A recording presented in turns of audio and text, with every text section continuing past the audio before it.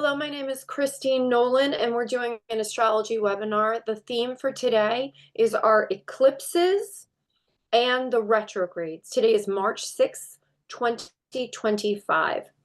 And we have several volunteers. We have Catherine, Marisol, RB, Cynthia, Anna, Mimi, Cassie, Kat, Mary, and Maria. I just want to say a special thank you to everyone who volunteers. I could lecture for an hour and a half, but it's so much more fun and it's so much more productive to have an interactive session with real people live. 99.9% of astrologers like to do charts of famous people and plan everything, but that's not me. I have Uranus on the ascendant, and so I like new and challenging things, and I like to talk to real people about real lives. I do not want to read an astrology chart about Lisa Marie Presley. She's got a fantastic chart, but I would rather talk to real people. That's just me. So thank you so much for volunteering, because we literally could not have this webinar without you. So today we're going to be discussing our eclipses and our retrogrades. We do have retrogrades usually, and retrogrades happen in the fall and in the spring every year. Every 18 months, the north node of the moon and the south node of the moon change positions. The south node of the moon and the north node of the moon, they determine where the eclipses are going to happen. And these nodes of the moon only move backwards, so they're always in retrograde. What does this mean? What's very, very important for all of us, every single person, is that we are starting a brand new 18-year cycle. Because our nodes of the moon that determine where the eclipses are only move backwards, chapter 1 is Pisces and Virgo. Chapter 2 is Aquarius. And we just finished 18 months of eclipses. Hi, Amber, I'm going to write your name down here. Thank you for clarifying. You did email me, and I have you on my list. Thank you, Amber. Namaste. So we just finished 18 months of eclipses in Aries and Libra. So Aries, with the nodes of the moon, is the last chapter. We just finished an 18-year cycle that began in 2006, 2007. So our cycle of eclipses happened 2006, 2007 with Aries and Libra, and they just finished. We're having our last eclipse in Aries this spring, and then we're slamming the door on that chapter. So Pisces and Virgo is a brand new 18-year cycle. So I really want to embrace this new cycle for all of us. Also, we have so many planets in the sign of Pisces right now. We're going to be talking about planets currently, and we're going to be looking at our natal charts, because these eclipses are going to be activating your natal chart. Sometimes they're activating a house that is empty. Sometimes they're activating a house that has planets. These eclipses are going to impact all of us differently, because we all have Aries in a different house. We all have Libra in a different house. We all have Pisces in a different house. We're going to talk about that in great depth. We also have two important retrograde transits. We're used to Mercury going retrograde, because Mercury retrograde will happen 3, sometimes 4 times a year. But this is one of those special times where Mercury is in retrograde with his good friend Venus. And Venus is in retrograde only 18 months, every 18 months. And Venus hasn't gone retrograde in Aries in quite a few years. Let's talk briefly about Aries, and then I really want to dive in. Aries is the leader of the zodiac. It is the first sign in the zodiac. Aries is a fire sign ruled by Mars. And Mars, of course, is the god of war. Mars has more volcanoes on the planet than all the other planets combined.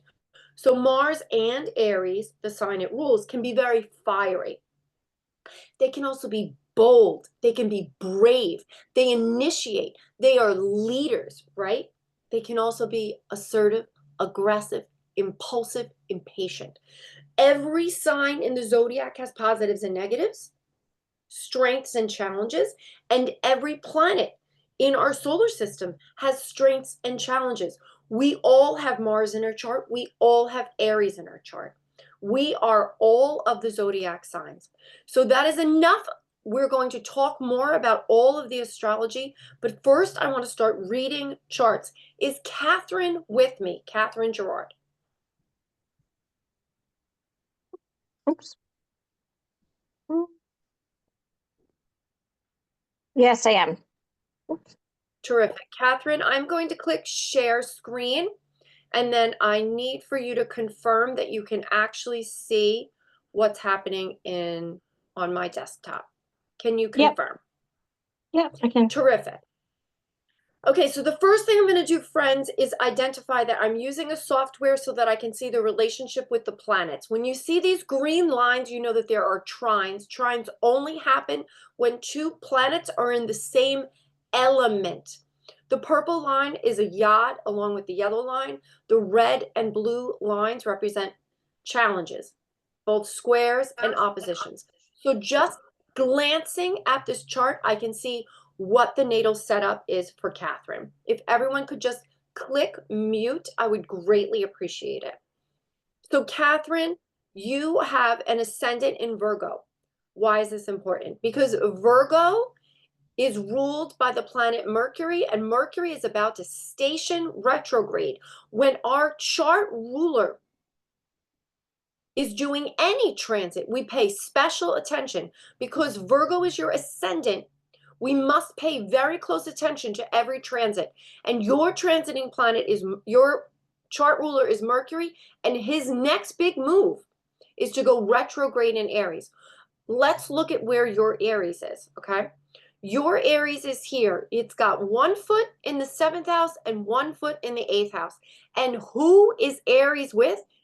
This number 5 is the glyph for Saturn. Because you have a night chart, see the sun is down here in Scorpio. You're born in Scorpio. You're born in the night, 2:30 in the morning. Your sect malefic is Saturn. So Saturn is squeezing your house of Aries anyway, okay? And you also have, see this looks like a horseshoe? That horseshoe is the north node. You just went through your nodal return. Remember, we had our nodes of the moon and our eclipses for the last 18 months in Aries and Libra. Our nodal return is a time of massive change for us. Kind of a, if you were a computer, we unplugged you and we plugged you back in and we rebooted your whole life. You also have a K here. K is for Chiron. Let me just verify. So your Chiron is in Pisces, so you've already had your Chiron return. So right now, you have a natal Saturn in Aries. You have your chart ruler transiting through Aries, and you have Venus in Aries. Who is Venus? Venus is the planet of love. Venus is our great benefic. We have 2 benefics, Jupiter and Venus. And Venus rules the 5 senses. Venus rules Libra and Taurus, which is all the material possessions that we have in our life, and also our belief about being fair and treating people fairly. Venus is about harmony, and it's about balance, and it's about the way we love ourselves. Everyone on the planet is a mirror. The way we love ourselves, the way we treat ourselves is the way we're teaching other people to treat us. And so Venus is transiting here in Aries, moving back and forth and back and forth and back and forth. Now, Venus usually only spends a few weeks in a sign, and yet from January 5th to June 5th, Venus will be going from Pisces to Aries, back to Pisces, and back to Aries again. That's a lot of time. That's a lot of time to deep dive and think about the way we treat ourselves, the way we love ourselves. And then, of course, we have an eclipse here. The very last eclipse is in Aries on March 29th. And that will be activating Venus. It will be activating Mercury, and it will also be activating your natal Saturn. And Saturn is the planet of rules and delays and hard work and discipline. But dare I say, with Venus in a retrograde in Aries, we have to speak kinder to ourselves. Why do I say that? With your ascendant in Virgo and our eclipses traveling through Virgo for the next 18 months, we must touch on the way that we treat ourselves. Venus is always about self-love. And to be quite honest, Virgos have very, very high standards. Virgos like to work 18 hours a day. Virgos like lists and organizations and practicality and details, and they have very high standards for themselves and for everyone else in the planet. And so with the South Node in Virgo, we're going to start moving away from being perfectionists, for having to make sure it's absolutely done perfectly. And we're going to be moving towards the opposite. And the opposite on the axis with Virgo is Pisces. Pisces is our zodiac sign that is spirit and spirits. Okay, I'll explain. It's about faith, religion, spirituality, things we cannot see, but we absolutely believe in. Spirit. Pisces is spirit. It's also about spirits, about medicine, about alcohol, drugs, and any kind of escapism. So if we shop too much and we escape that way, or we scroll through our social media, or we watch webinars, or we do 25 ayahuasca ceremonies, all of that is covered in Pisces. It's about having faith. It's about believing in a bigger picture. It's about saying, like, I trust divine timing. I attract. I don't chase. That's very Pisces mindset. And so we're moving away, because our South Node is in Virgo. We're moving away from having to make lists and having to work really, really hard and be organized and practical. And we're getting back to having faith and belief in a higher power and really tapping into our spirituality. Does that resonate? Yes, it does. Fantastic. So we're going to have a lot of energy happening between our 7th house and our 8th house, because your Aries is in your 7th house and it's in your 8th house. And so that is where you're going to be most impacted. Now, 7th house is about relationships with other people. It could be a business partnership. It could be a partnership that is in romance. It could be a partnership at work. It could be any kind of partnership and relationship. And of course, because Aries is on the axis with Libra, we have to think about the relationship we have with self and the relationship we have with others. Remember, Aries is me, and Libra is we. And so we're really putting our relationships under the microscope. Maybe what worked for you 3 months ago, 3 years ago, 33 years ago does not work for you anymore. When we are in retrograde, specifically Venus, the planet of love, in retrograde in the 7th house, we are evaluating our relationships. First, we're evaluating a relationship we have with ourselves. I'm hearing inner child. If you wouldn't talk to a 5-year-old in a certain way, then you don't talk to yourself that way. We need to be loving and patient and supportive of ourselves. We don't need to be hard on ourselves ever. And so we're evaluating how we treat ourselves, and we're evaluating the relationships we have with others. And because Venus is going through Aries, forwards, then backwards, then forwards again, directly in your 7th house of relationship, this is a time to pause, reflect, rediscover, and really say, even though I ate pizza every day for lunch for 30 years, doesn't mean I have to eat pizza another day. Just because I drank coffee every single morning for 30 years doesn't mean I have to have coffee ever, ever, ever again. This is a reboot, renew, refresh, rebuild.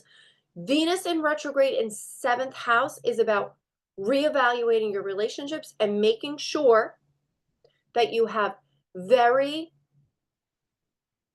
clear, calm discussions. Why do I say that?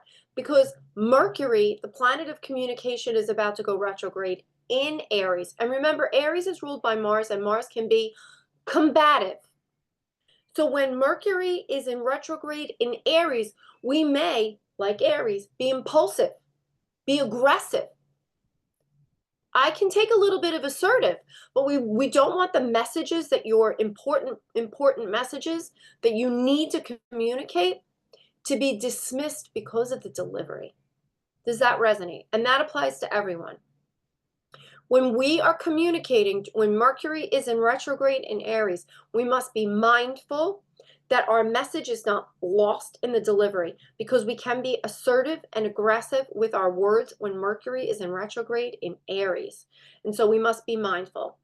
I strongly encourage you, because Pluto, the planet of massive change, is transiting in the house of Aquarius, I want you to use all the resources.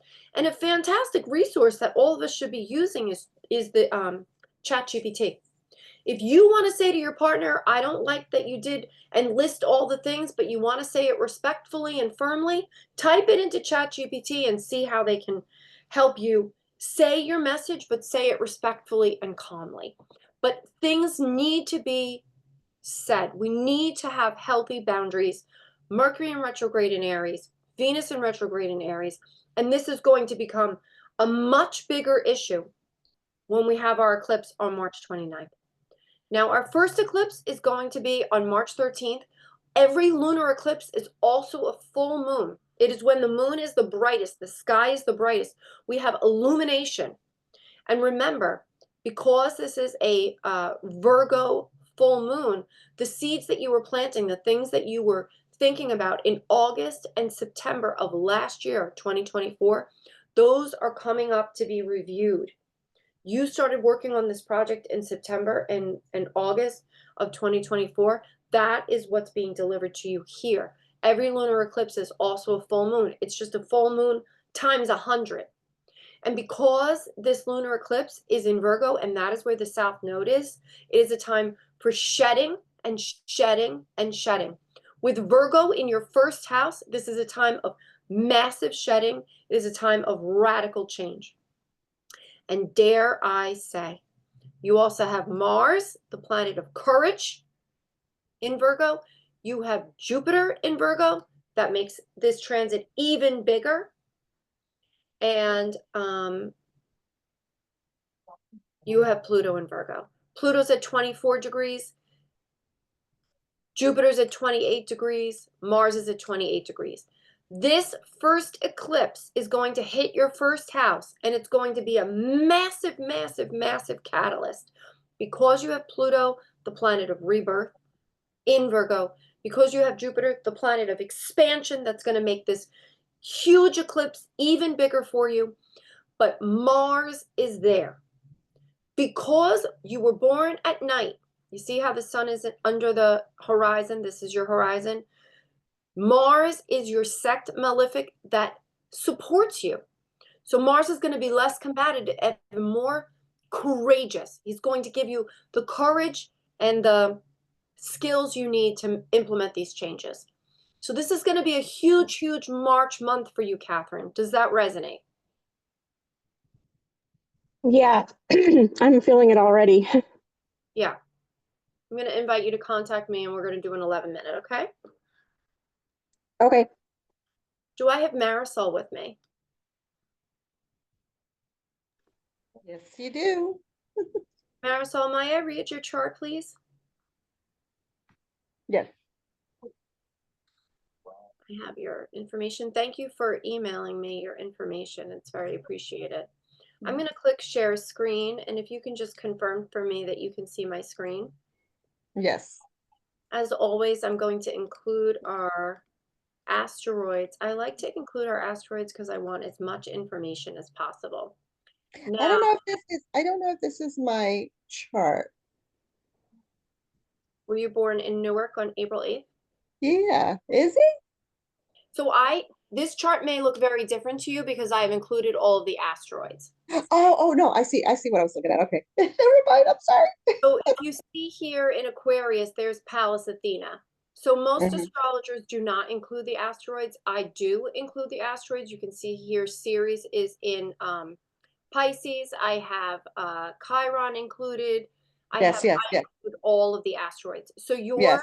chart may look different because I Mhm. include asteroids. I like to include asteroids. I'm going to explain. Most of the planets have masculine energy. Venus and Mhm. have feminine energy, but all of the asteroids are feminine energy. And so because the asteroids are in the belt between Mars and Saturn, I like to include them. They're even closer and more impactful sometimes than our outer planets, who are Uranus, Neptune, and Pluto. And so I like to have as much information as possible. Great, amazing. So your ascendant is in Leo.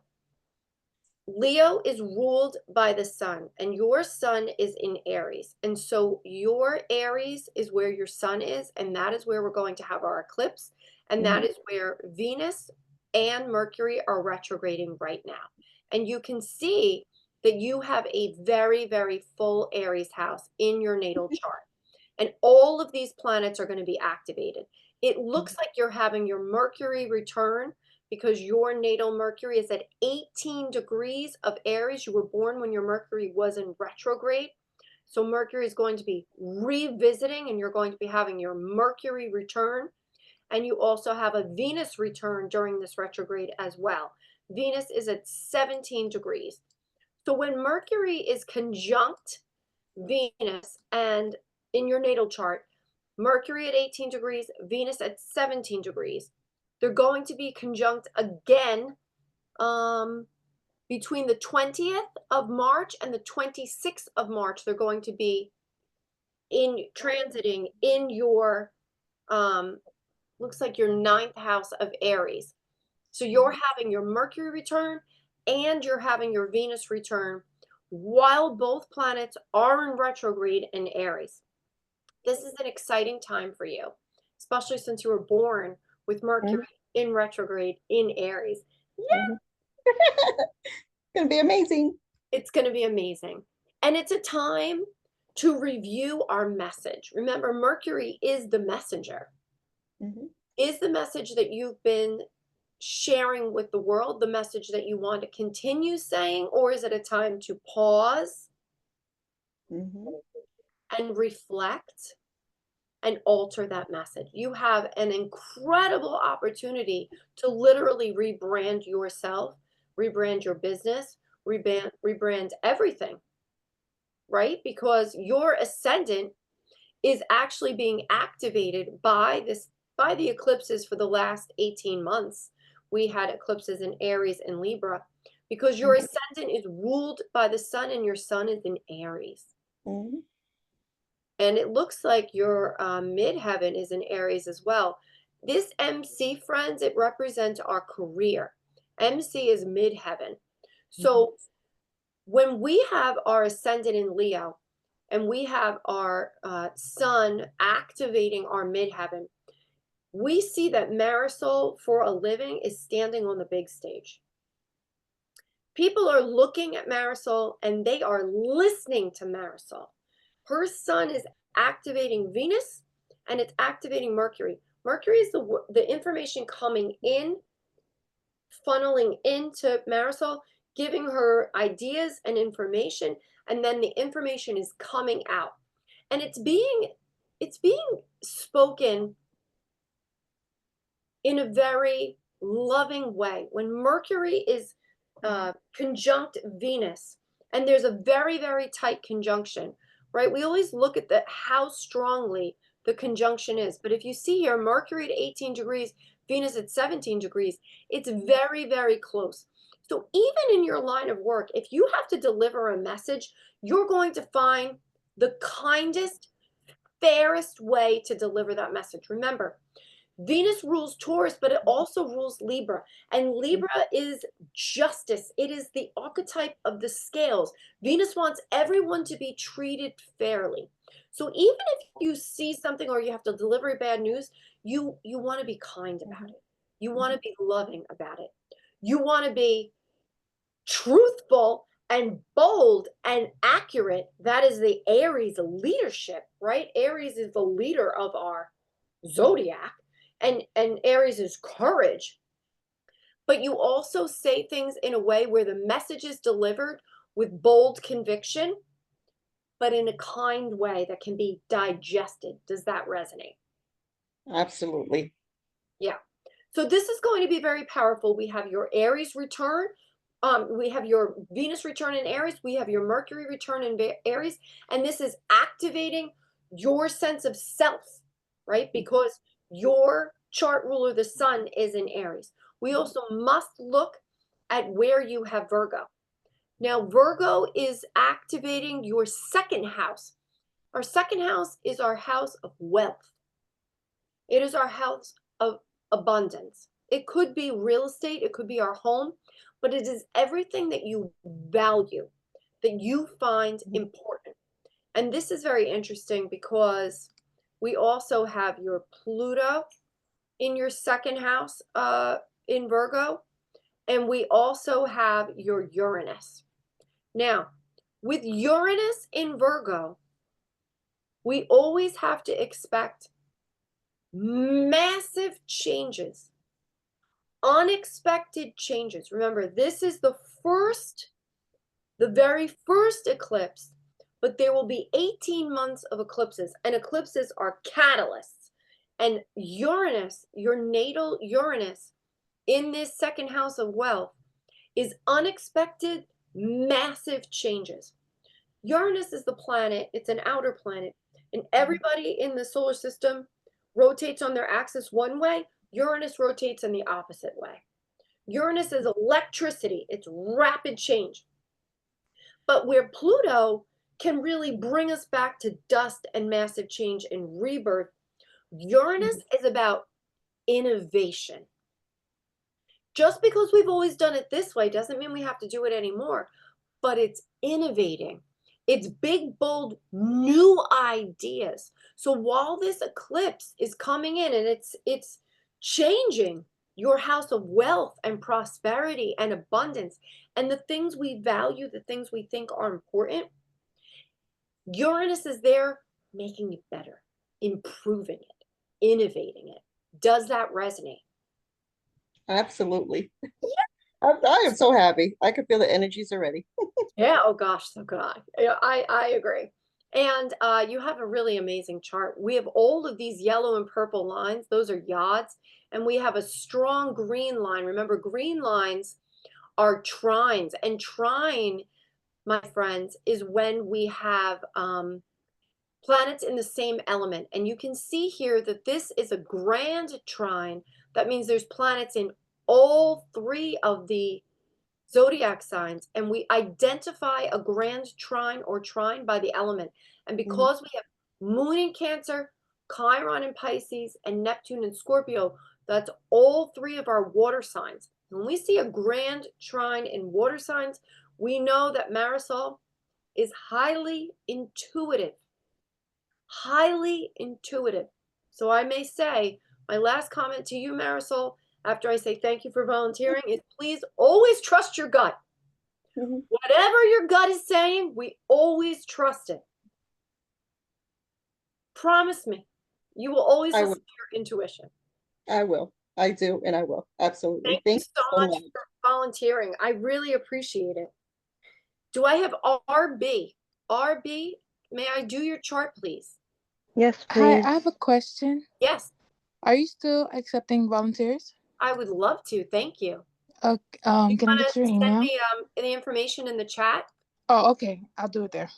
Thank you so much. I'd love thank to you as for well. volunteering. I have RB. I'm going to share. Thank you, Courtney. RB, can you confirm that you can see my screen? Yes. Thank you so much. And I'm going to include our asteroids, and we are going to identify first your ascendant. Have you had a chart read before, RB? No. So your ascendant is here in Pisces, and that is important because Pisces is where we're going to be having our eclipses for the next 18 months. And what's interesting here, if you can take a look right under the glyph ASC, which is your rising side, your ascendant, it looks like the number 4, but that is actually the glyph for Jupiter. Why is this important? Because Jupiter is the ruler of Pisces. So your chart, your natal chart, is ruled by Jupiter, and your chart ruler, Jupiter, is in your first house. So that is already extremely, extremely auspicious. What does this mean? That means for the next 18 months, you're going to have eclipses in your first house, of identity, the identity that you're showing the world, and in your 7th house. Virgo is actually between your 6th and 7th house. And so I'm very, very happy to share with you that you have the asteroid Pallas Athena in your 7th house, Virgo. What is Pallas Athena? Pallas Athena is the asteroid of strategy. When we have Pallas Athena in our 7th house of relationships, and our 6th, is it in your 6th house or in your 7th house? Let me just see, because it's so close on the cusp. 18 degrees starts your, yeah, so you have Pallas in your 6th house in Virgo. What Pallas Athena does is it helps us to make the best choices. Our 6th house is about our daily habits. It's about our health. It is about the decisions we make every single day. It's also about pets. It's about the work we do.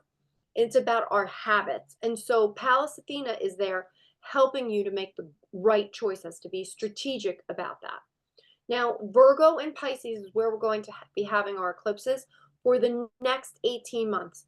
When we have eclipses in our 1st house, we are going to anticipate that there's going to be massive changes.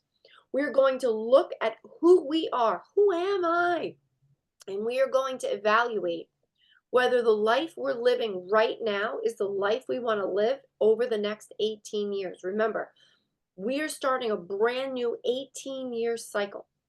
You may be feeling like there is time to make changes. And because this is in your 1st house, it could be something about your physical appearance. It could be about your daily habits. Remember, 1st house is about our physical appearance. Sometimes that could be a radical new haircut. Sometimes it could be a brand new exercise regime. Sometimes it could be anything about your personality, anything about your identity, because it is your 1st house. It will be recognizable to the people all around you. Are you starting to feel like it's time to make some big major changes, RB? Absolutely. Yeah, so that is the eclipse energy coming in and saying, RB, time to make some changes. It's been 18 months since you had eclipse activating your identity, and it will be here for the next 18 months. Your first eclipse is going to be in Virgo, and this is going to happen on March 13th. So in 1 week, you are going to have an eclipse activating both your 6th house and your 7th house. Your 7th house is your house of relationships. And so you may be evaluating that just because this person, I've been friends with this person since I was a little kid, the person's not really that nice to me. I need to make a change there. I'm going to encourage you to choose your words wisely, because Mercury is in retrograde in Aries. And sometimes when Mercury is in retrograde in Aries, we may be impulsive or impatient or assertive or aggressive. And so we must choose our words wisely. We can communicate our need for healthy boundaries, very, very strong and healthy boundaries, but we may say it in a kind way. Does that resonate? Yes, it does. I'm so happy to hear that. Thank And let's take a look at Aries. It looks like Aries is in your 1st and 2nd house. Let me just check the degree of your 2nd house. So it is you have Aries in your 1st house as well. So this Aries, Venus is retrograde in your 1st house, and Mercury is in retrograde in your 1st house. So you are being activated by the eclipse and also by 2 retrogrades. That must feel like a lot of energy to exact change in your life. I just want to say, it's not you, it's the planets. And yes, trust your intuition. Pisces is your chart ruler, and Pisces is about spirit and belief in your intuition. It is very intuitive water sign. Remember, Pisces is the archetype of the white fish and the black fish, right? It's about harmony and balance. Pisces is really good about pivoting and managing change. So all of the changes that are coming your way, Pisces is a mutable sign. You are going to be able to navigate these massive changes, no matter how big they are, beautifully, because you have this intuitive water ability. Pisces is a mutable water sign, and you're able to pivot through changes beautifully. So I'm going to encourage you to strongly embrace your changes, but be mindful on how you deliver this new information, this new version of you, because Mercury in retrograde in Aries can have a little bit of a sharp tongue. I'm going to ask you to feed your Venus, feed your Venus, feed your Venus, feed your Venus, feed your Venus. Because you're going through such massive changes and you have Venus transiting your first house, I'm going to beg you to feed your Venus. How do we do that? Venus rules the 5 senses. So I want you to tune in. Say, what do my lips want to taste more than anything in the whole world? And then eat that delicious, amazing, wonderful thing because you deserve it. You're going to feed your Venus by listening to your favorite songs. You're going to feed your Venus by buying flowers. You can go to Trader Joe's tomorrow and buy $3 tulips. Please do. Feed your Venus, feed your Venus, feed your Venus. Your coziest, comfiest clothes, silk pillowcase. I need you to really, really, really amp up the self-love and the self-care. Everyone should be feeding their Venus through this Venus retrograde in Aries, but because it is in your first house and you're going to have eclipses in your first house for your next 18 months, it is especially vitally important for you to continually feed your Venus. Does that resonate? Makes total sense now. You are number one. And I do want to warn you, I'm going to warn you, because Venus is in your first house and Jupiter is there, and Venus rules Taurus, and Taurus likes to shop, girl. So because Jupiter is there, you might want to shop a lot. Just fair warning. But you deserve it. And you should buy yourself whatever you want because you're going through all these massive changes and we need to love ourselves more. With Venus in your first house, please go splurge on something very special for yourself. Does that resonate? Yes. I hope so. Thank you so much for volunteering. I hope my Thank you. comments were helpful. Cynthia, do I have Cynthia, please? I'm here. Hi, Cynthia. May I read your chart, please? Absolutely. Thank you so much. Now, you emailed me earlier, so I have your information in my system. Thank you for doing that. It makes me able to move more quickly so that I can read more charts. So I'm very appreciative.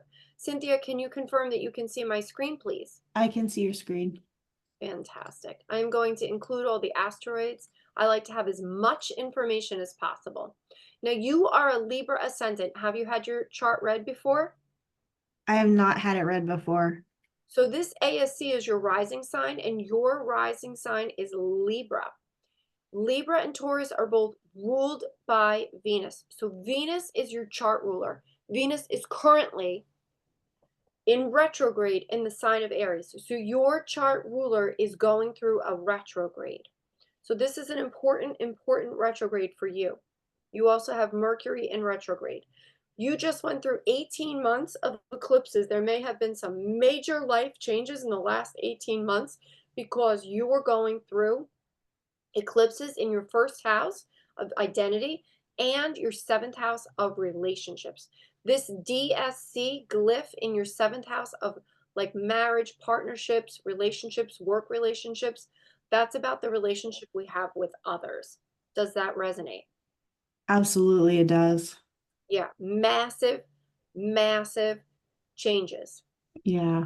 So you have Aries in that 7th house and it's being activated. You have the last eclipse in Aries will be March 29th.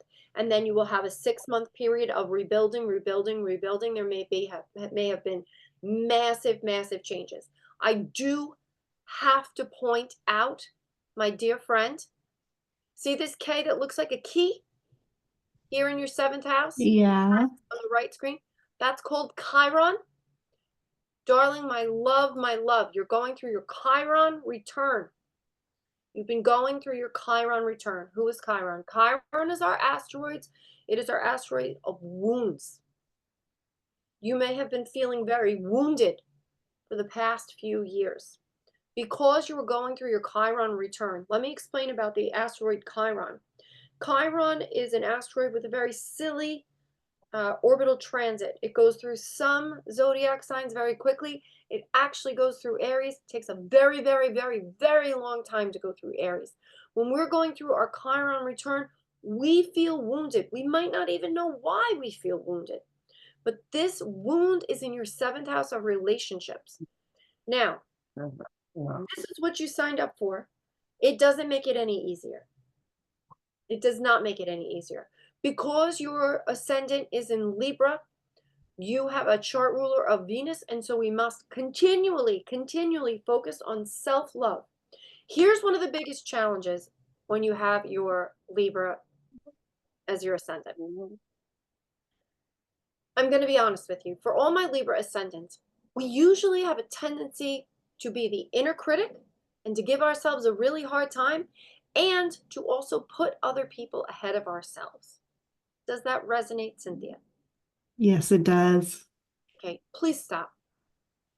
You are on this webinar for a reason. When we have so much Libra energy and you have many astral bodies here in Libra, you have your ascendant in Libra, you have Ceres. Let's talk about the asteroid Ceres. Ceres is like the sign of Cancer. It's about nurturing. It's about harvest. Remember, Ceres, cereal, nurturing, harvest, feeding other people, caring for other people. You want to mother other people. And because it's in your 1st house, it's part of your identity, right? If everybody's going to have a potluck, it's you who hosts, and instead of making 1 dish, you make 10, right? You're literally feeding the world. You have Pluto, the planet of rebirth and transformation in Libra. You have a lot of astral bodies in this 1st house of Libra. And so you probably have a tendency to give, and then make yourself depleted. You cannot give from an empty well. And so this retrograde period, where Venus is in retrograde in the 7th house, where Mercury is in retrograde in the 7th house, where you have had 18 months of eclipses, where you have your last eclipse on March 13th, it's time to make a change. It's time to put Cynthia first. It's time to feed your Venus and make feed your Venus a habit. And let's integrate that habit. Now, you have Virgo in your 11th house. And this is where Pallas Athena is. Do you see this glyph? It looks like an ice pop. It's next to the number 5 in Leo. Yeah. Okay, that ice pop looking thing, that's Pallas Athena. Pallas is our asteroid of strategy. And you have Pallas Athena in your 11th house in Virgo. Who is the 11th house? The 11th house is our friend groups. 11th house is our community. It's also our wishes and our dreams. And that is where our eclipses are going to be. Our eclipses are going to be in our 5th house of new ideas, children, yes, but new ideas and fun. And it's also going to be activating our 11th house of friend groups, community, and wishes and dreams. So the things that you really wished for, they may be a thing of the past. You may be welcoming new ideas, new wishes and dreams, and you may be making some major changes with your friend groups. This may or may not have something to do with the fact that you cannot give from an empty well and that you need to put yourself first. You need to have healthy boundaries. Does that resonate? Yes, it does. Thank you so much. Thank you for volunteering. I'm so glad that you asked to read your chart tonight. Do I have Anna E? Anna, are you with me? Hi, this is Hi, Anna. Anna.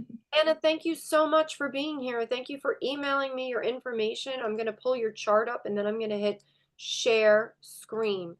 Great. Thank you for being here. Anna, I'm just going to click on settings. You see how I use the asteroids to give me more information? I find the asteroids can give me more information so that my readings can be more detailed. Does that resonate? Yeah. We like more details. We like it to be more personal. So your ascendant is here in Aries. That is where our eclipses have been for the last 18 months. If Aries is your ascendant, then your chart ruler is Mars. Let's talk for a moment about Mars, because right now Mars is stationed direct, but Mars was in retrograde in the sign of Cancer. Friends, if you look here on the left-hand side in the purple section, you'll see that I've listed our planets, where they're exalted and where they're debilitated. And right here on Mars, you'll see that Mars is debilitated in Cancer. So Mars has not been happy because he's been pushed backwards in Cancer. Remember, Mars is the god of war, and Mars likes to move forward. Mars is action, courage, determination, motivation. When Mars is being pushed backwards, he is not happy. It's like wanting to drive your car 90 miles an hour down the highway and being stuck on the side of the road. Is Mars happy? No, he is not. And he's especially not happy because he's backwards in Cancer. So finally on February 23rd, Mars started moving forwards, and so you may start feeling relief. That is going to make you very, very, very happy. We are on an upward swing, and because you've been having eclipses in your first house of identity, there may have been massive, massive changes for the last 18 months. It is going to start getting easier. We are going to start smelling flowers. Life is going to get lighter. Does that resonate? Yes, it does. Thank you. So right now we have Venus in retrograde in Aries. We have Mercury in retrograde in Aries. And we are reviewing. We are thinking about all the changes that have been happening for the last year and a half. And we are building a new foundation. We are letting the dust settle because remember, Mars is moving forwards in Cancer, but he still hasn't gotten out of Cancer yet. And so this is a really important time for you to assess and review. What does my life look like right now? And what do I want my life to look like for the next 10 years? And what are the action steps I need to make it happen? This is the best time to take the pause and to really make that definitive action plan. Remember, your ascendant is in Aries and Mars is about to move forward out of Cancer. This is the time to write down the master plan. Does that resonate? Yes. Yes. Okay. Now our eclipses are going to be in our 11th house and our 5th house in Pisces and Virgo. The first eclipse is going to be here in the 5th house. And look who's here. Do you see the moon on a stick with a line right here Yes. in the 5th house? Yep. That's Black Moon Lilith. She's one of our asteroids. She is girl power. She is warrior goddess energy. And she is in the 5th house and she is ready to go dancing. 5th house is our house of fun. 5th house is game night. 5th house is like, let's like play games all night. Let's get dressed up and go on the town. Let's try and go to a new place. Like, go have some fun. So you're going to have massive changes for the next 18 months in your house of fun and in your friends groups, because this is the 11th house of friend groups, and that's where your natal moon is. So you're going to tap into your heart, your emotions and your feelings. Moon rules emotions and feelings. You're going to make strategic. Remember, Pallas Athena here is in your 11th house. Pallas Athena looks like a triangle on a popsicle stick, right? Yes. And so you're going to choose the right friends for you, right? Because Pallas is in your 11th house of friends, and you are going to go have fun. These eclipses are going to be in Pisces and Virgo. That's changes in the way you have fun and in your friend groups. It also could be changes in your wishes and dreams, the things that you aspire for. Brand new chapter, 18-year new cycle, 18 new year cycle is happening for you right now. Does that resonate? Yeah. Yes. I'm so happy. Thank you so much for letting me read your chart, and I hope that Oh, thank you, Chris. Truly appreciate it. Mimi, are you with me? Mimi.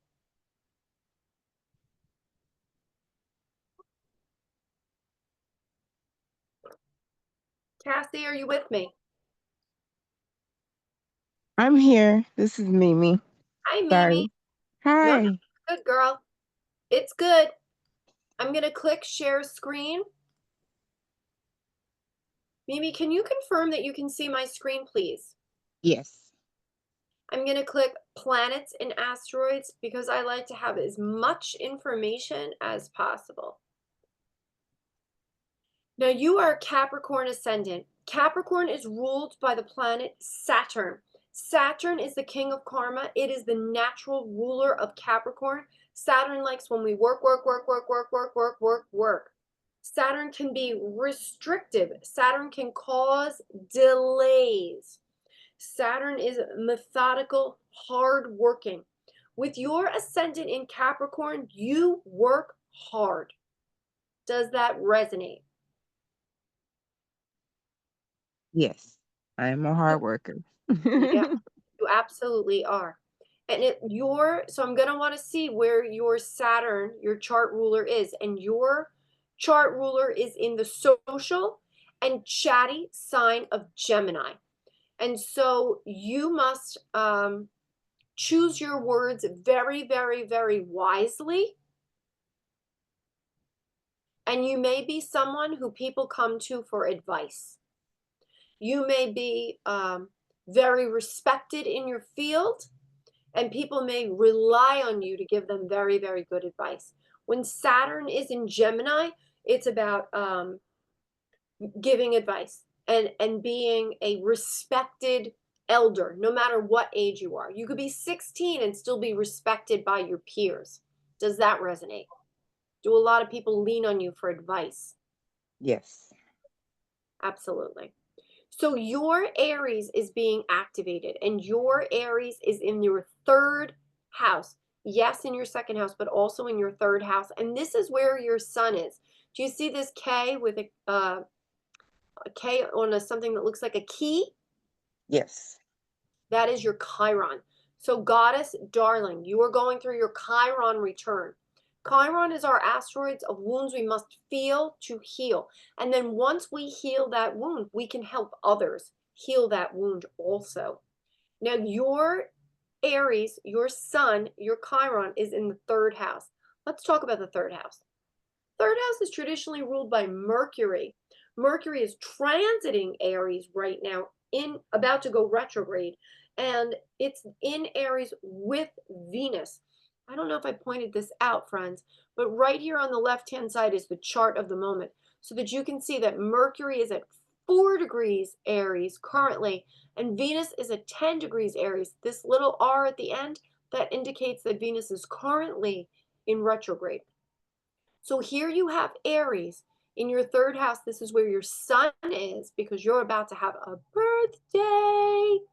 And your sun and your Chiron are being activated by our transiting Venus and our transiting Mercury. When we are in our Chiron return, we feel wounded. We're revisiting the wounds we felt in the past. And so it is a very important time to give ourselves self-love, to give ourselves self-care, and to integrate the lessons. We all have wounds in our life. What happens that liberates and frees us from those wounds is to focus on the lessons. What did I learn there? Even the most challenging times, there's a lesson there to integrate. And when we are able to integrate that lesson, we are able to free ourselves and get into a state of gratitude. That is not an easy process. A Chiron return can be very, very challenging. I did mention it earlier, but Chiron's transit in Aries is significantly longer than Chiron's transit through the other signs. And so you will be feeling wounded longer than someone that has their Chiron in Pisces, Aquarius, Capricorn, Sagittarius, Scorpio, Libra. Is it fair? No. Is it true? Yes. When we're going through our Chiron return, it is vitally, vitally important to feed your Venus, feed your Venus, feed your Venus. I say that because Venus is right there, transiting over your sun and transiting over your Chiron. You have your birthday coming up because you're going through your Chiron return. I would make a very big deal about your birthday this year, especially since you just went through 18 months of eclipses in your Aries and Libra signs. And your Libra here has your moon in it. That is your emotions and your feelings. So your heart must have been feeling a little twingy for the past 18 months. Does that resonate? Absolutely. Yeah, so it's not you, it's the planets. It's not you, it's the planets. It's not you, it's the planets. It's not you, it's the planets. How would Think- I feed my Venus? It's in Pisces, right? Yes, so your Venus, your natal Mercury is in Pisces, your natal Jupiter is in Pisces. Let's just check the degrees. Mercury is at 23 degrees of Pisces. Venus is on the cusp. That's a very strong Pisces in 0 degrees. And your Jupiter is in 6 degrees of Pisces. So Venus and Jupiter are conjunct. That means even with a little love, the love feels bigger. Remember, Jupiter is our great expander. Jupiter's our great benefic. Jupiter is blessings, abundance, gifts, protection. Jupiter makes things bigger. So even a little bit of love, even a little bit of self-care and self-love will make you feel amazing. Let me make a suggestion for you. Because your natal Venus and your natal Mercury and your Jupiter are all in Pisces, and Pisces is water, a wonderful self-care would be an Epsom salt bath. You could take a long hot shower and use one of those, there are these shower things that set off essential oils. That would be an incredibly effective way to feed your Pisces. Remember, Jupiter rules Pisces, so Jupiter is there. So when you're speaking kind words to yourself, never harsh words to ourselves. When you're speaking kind words to ourselves using that Mercury in Pisces, when we're doing wonderful self-care things like a mud mask on our face, wearing those foot pads on the bottom of your foot at night while you sleep, doing a little self-care, even while you're sleeping and you're dreaming. Remember, Pisces is the natural ruler of the 12th house. So when you're sleeping, you can do self-care. Did you ever hear of those pads that you can put on the bottom of your foot?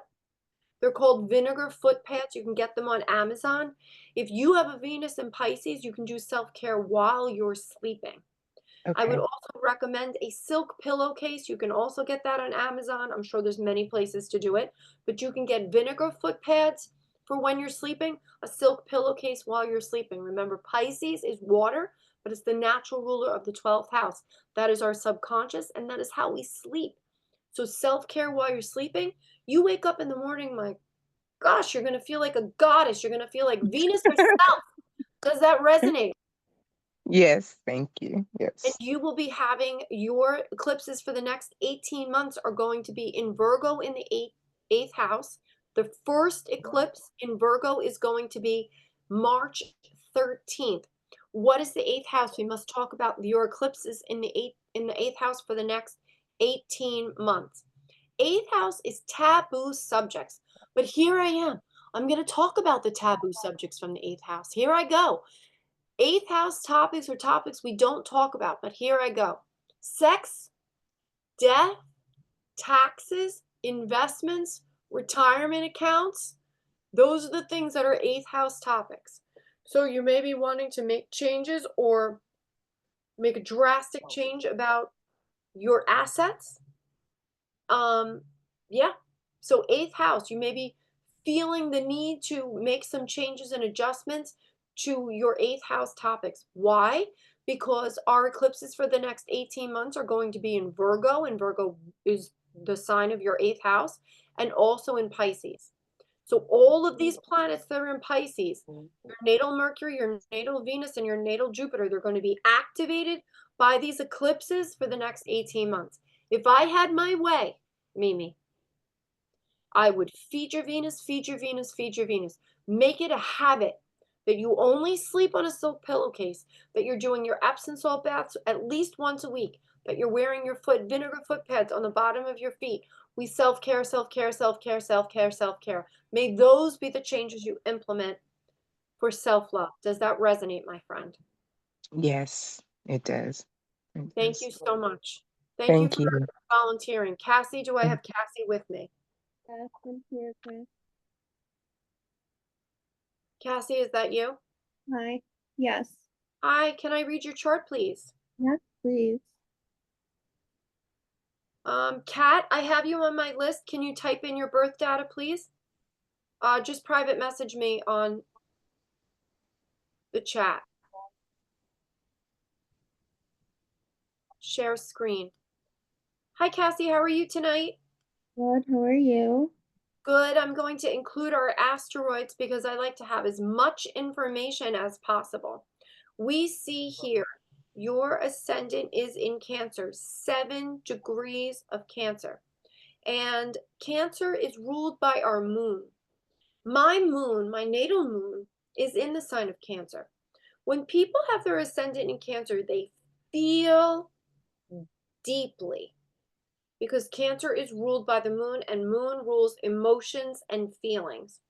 And the big challenge with Cancer ascendant is that you may feel like a completely different person every time the moon changes signs. Remember, moon spends 2.5 days in each zodiac sign.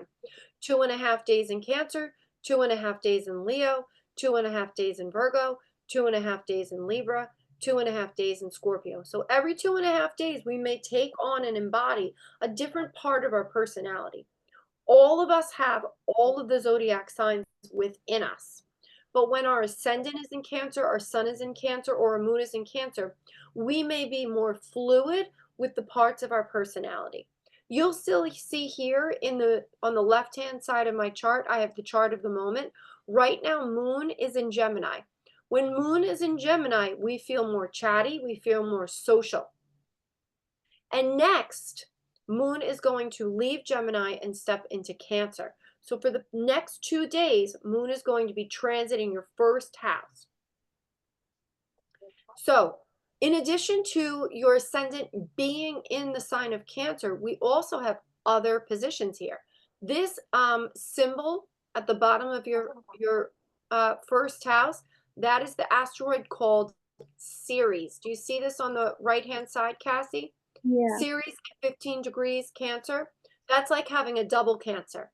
Why? Because Ceres is cereal, it's harvest, it's nurturing, it's feeding. Ceres is the asteroid much like the sign of Cancer. So you have Cancer in the sign of Cancer. You're double feeling. You feel things very, very, very much. Does that resonate? Extremely. And then we take all of those feelings and we multiply it times 100. Why? You see this number 4 here? Yeah. That number 4 is the glyph for Jupiter, and Jupiter is the great expander. And so Jupiter takes our feelings and they make it 100 times bigger. So you have a double Cancer and Jupiter. So you are an empath times an empath times an empath times an empath times an empath. So for you, healthy boundaries are more important than 100 people put together. You must always protect your energy. And we must be grounding and grounding and grounding. Do you sleep on a grounding mat? No. I'm going to send you to Amazon today, and I need you to get a grounding mat. We put a black, do I have a grounding mat here? I have a grounding mat. It's a black plastic sheet. You plug it in, and it's like sleeping in dirt. And it is going to ground your energy tremendously. Because your ascendant is in a water sign, and it is an intuitive water sign, and it is a water sign that feels tremendously. I need to ground your energy because I cannot say, Kathy, please sleep outside in a mound of dirt. I'm instead going to direct you to invest in a grounding mat. You can get a grounding mat for like $30 on Amazon. And what it is we lay our grounding mat on top of the mattress, and then we put our beautiful sheet on top. And throughout the night, we are grounding our energy, just like putting our feet in the dirt, in the feet of the grass, or like for you, especially as a water ascendant, you must love being at the beach. I do. Right. Or even at a lake. And so that is going to be a very healing energy, a very healing thing for you to do. I also do have to point out that you have this K for Chiron in your first house of identity. So you may have had some challenges on being hurt in the past. Very true. So when our Chiron is in our first house, we feel wounds and we are wounded. And being wounded may become part of our personality. Does that resonate? Yes. So it is vitally, vitally, vitally important to ground our energy and to have healthy, strong boundaries. Incredibly, incredibly important. So that would be a priority for me. Now you have Aries here is in your 10th house of work, and you have Venus, your natal Venus is in Aries at 12 degrees. You also have Vesta at 21 degrees. Who is Vesta? Vesta is our asteroid of patience. You may have heard the Vestal Virgins. Vesta is patience. So you have in your 10th house and your 11th house of community and friend groups, you have this patience and this loving Venus energy. And they're both in the sign of Aries. Aries is where we had eclipses for the last 18 months. Have you had any career changes in the last 18 months? Yes. Yeah. So when we have eclipses in our house of career, there may be career changes. You may have changed companies or changed positions or even changed industries. And our last eclipse is going to be in Aries, is going to be on March 13th, and that will finish that 18-month cycle.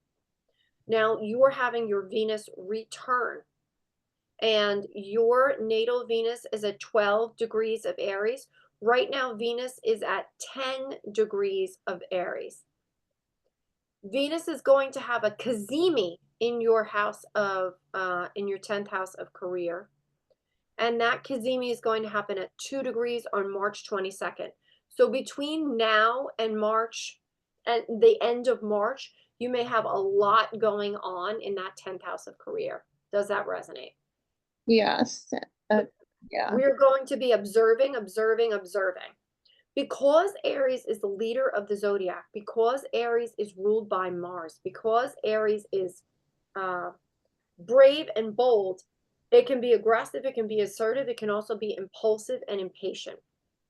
So I'm going to encourage you to observe and to write down all the changes that you want to make and then pause, because anything that you exact during a Venus retrograde may be unwound, right? So if we start a relationship during Venus retrograde, you might see flaws in that person after Venus retrograde is over. You may be impulsive when you say something during Mercury retrograde and wish you hadn't said it once Mercury retrograde is over. Because Aries makes us aggressive, assertive, impulsive, impatient, we have to be very, very mindful with our choices, especially since this is in your 10th house of career. If you're ready to go, then you go. You go. But it might be worthwhile, like, pausing and figuring it out. And this is like incredibly important, but Pisces, where we're going to have eclipses for the next 18 months, that is where your MC midheaven is. And that is where Mars is your natal Mars is. So your natal Mars is in Pisces, and that's where your MC midheaven career is. And that is in your 9th house. What does the midheaven in the 9th house indicate? Well, 9th house is about education, higher education, learning. It could be teaching. It could be being a mentor. It also can be foreigners or foreign countries. It also could be about spirituality or religion. Those are all 9th house themes. Does that resonate? Does that have anything to do with the career you're doing now or the career you're moving into? Yeah, I'm in medicine, but I don't know what I'm gonna do within it. So it could be anything. And then Pisces rules medicine. Remember, Pisces is spirit, spirituality, and it's also spirits. And that is hospitals, all forms of medicine. Remember, Pisces is ruled by Jupiter, but it's also ruled by Neptune. If you have a very, very, very strong Neptune, and your Neptune is in Capricorn, see Neptune right here, it looks like a trident. You have a very, very strong Capricorn Neptune. So Capricorn is the traditional ruler of work. And so you absolutely, with a Pisces midheaven and the ruler of Pisces in the Capricorn, which is the sign of work, you could definitely have a career in medicine. and a very, very successful career in medicine. Remember, Pisces and Neptune is spirits, like faith in something bigger than you, spirituality, religion, and it's also spirits, but it could be medicine. The best surgeons in the world have strong Neptune energy. Hospitals. It could also be drug and alcohol rehab centers. You have a very, very successful career in a rehab center. Because you have your midheaven in Pisces, you're very, and your Cancer is your ascendant, you're very empathic, very, very nurturing. And also because you have your Vesta in your 10th house, you can be very, very patient. So a rehab center where people are spending 10 weeks, 16 weeks, and you're watching this slow progress and being a part of that, that could be a very, very, very fortuitous career that is very astrologically correct. That's so weird. I just got a job offer at one today. Yeah, I know what I'm doing. Sorry. Don't mean to brag, but so Pisces and I mean, I don't doubt you, but it's crazy, right? Yeah. So, and then Virgo, where our eclipses are going to be, are between your 3rd house and your 4th house. And 3rd house is like the route we take to work, the neighborhood that you live in. 4th house is home. You could be moving your home with eclipses in your 3rd and 4th house in Virgo, or you could be redecorating your home. You could be changing something about your home life. Remember, your 3rd and 4th house is your neighborhood, your family, and your physical home. Because your ascendant is in Cancer, and Cancer is the natural ruler of the 3rd and 4th house, and that is the house that's being activated by the eclipses, I would really, really, really observe the things that are going to change there. Does that resonate, Cassie? yes, I would love to move. Let's do an 11-minute, please. I'm going to put an 11 next to your name. Kat, do I have your chart information in my software, Kat? Thank you for volunteering, Cassie. I think I have your chart information in my software. Let me see if I can pull it up, Kat. I think you do. Yeah, I have a lot of charts in here, so if I'm scrolling for too long, it might be easier for me to just input it.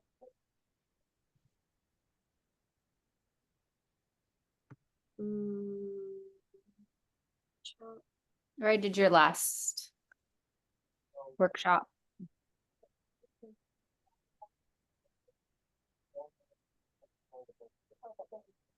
Cat.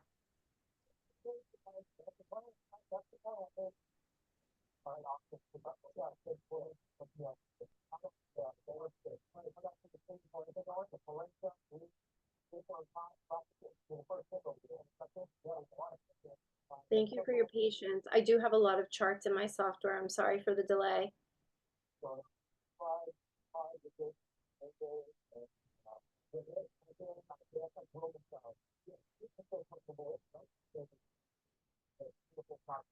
Wisconsin? Yep. Yeah.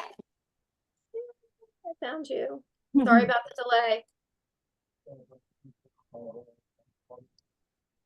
Can you confirm that you can see the software on my screen? Yes. Terrific. Thank you so much.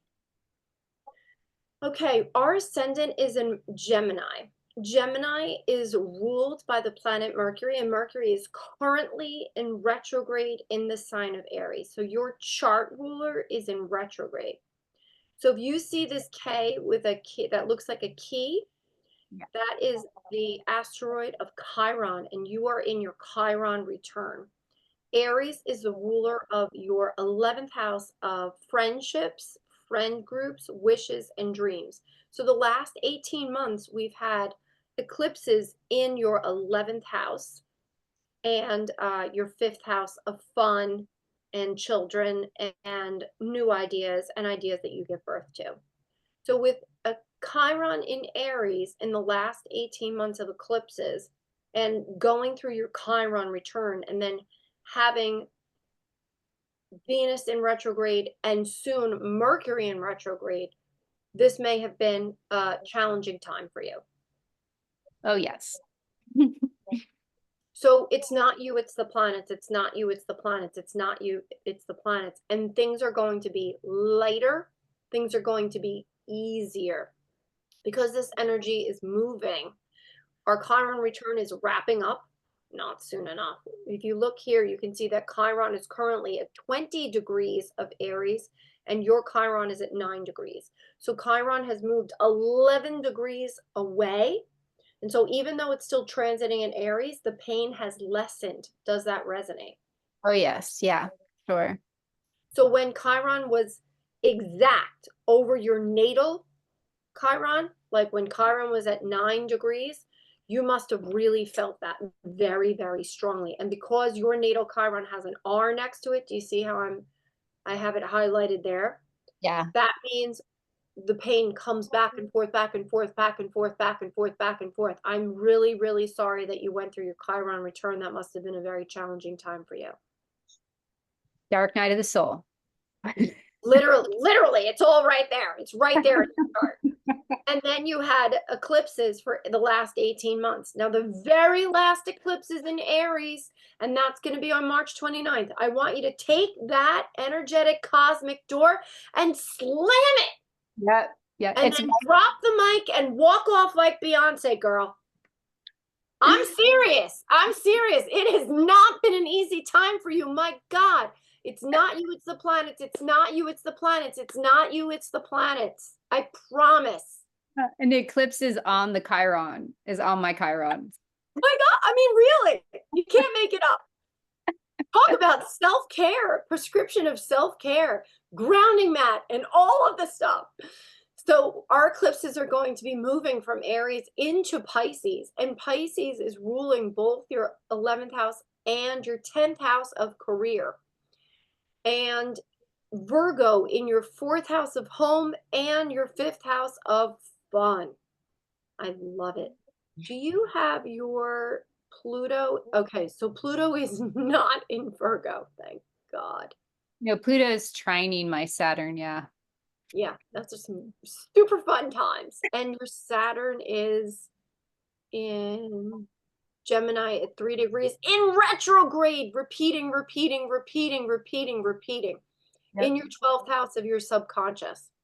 Yeah. So when Saturn is in our subconscious brain in retrograde, you see how it's in retrograde here? Yeah.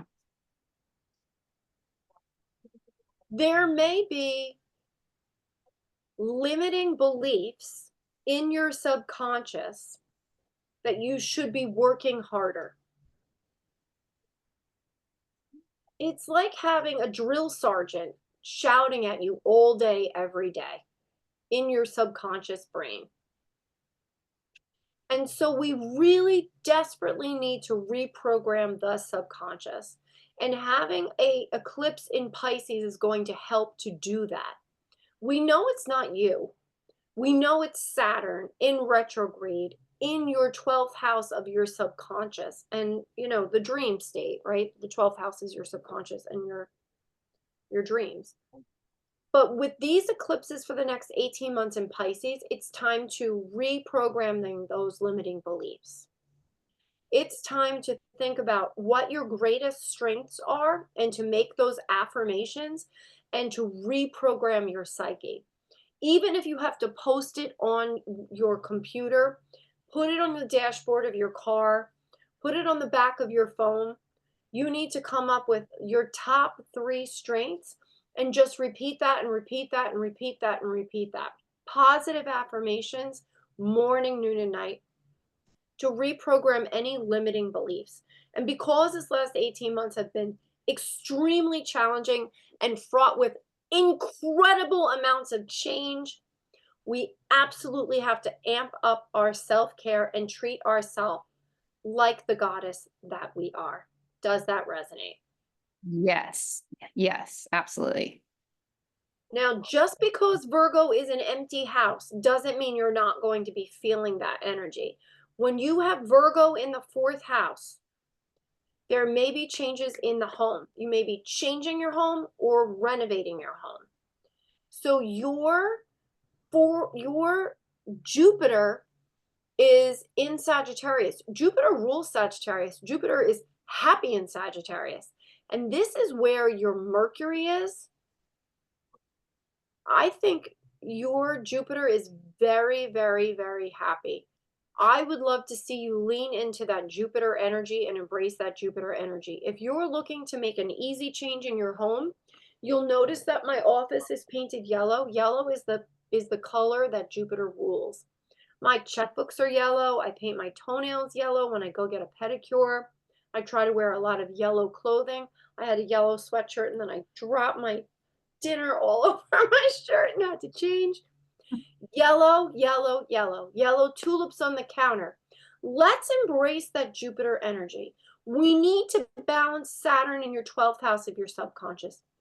Please, let's lean into Jupiter energy. Yellow, yellow, yellow. Does that resonate? Yes.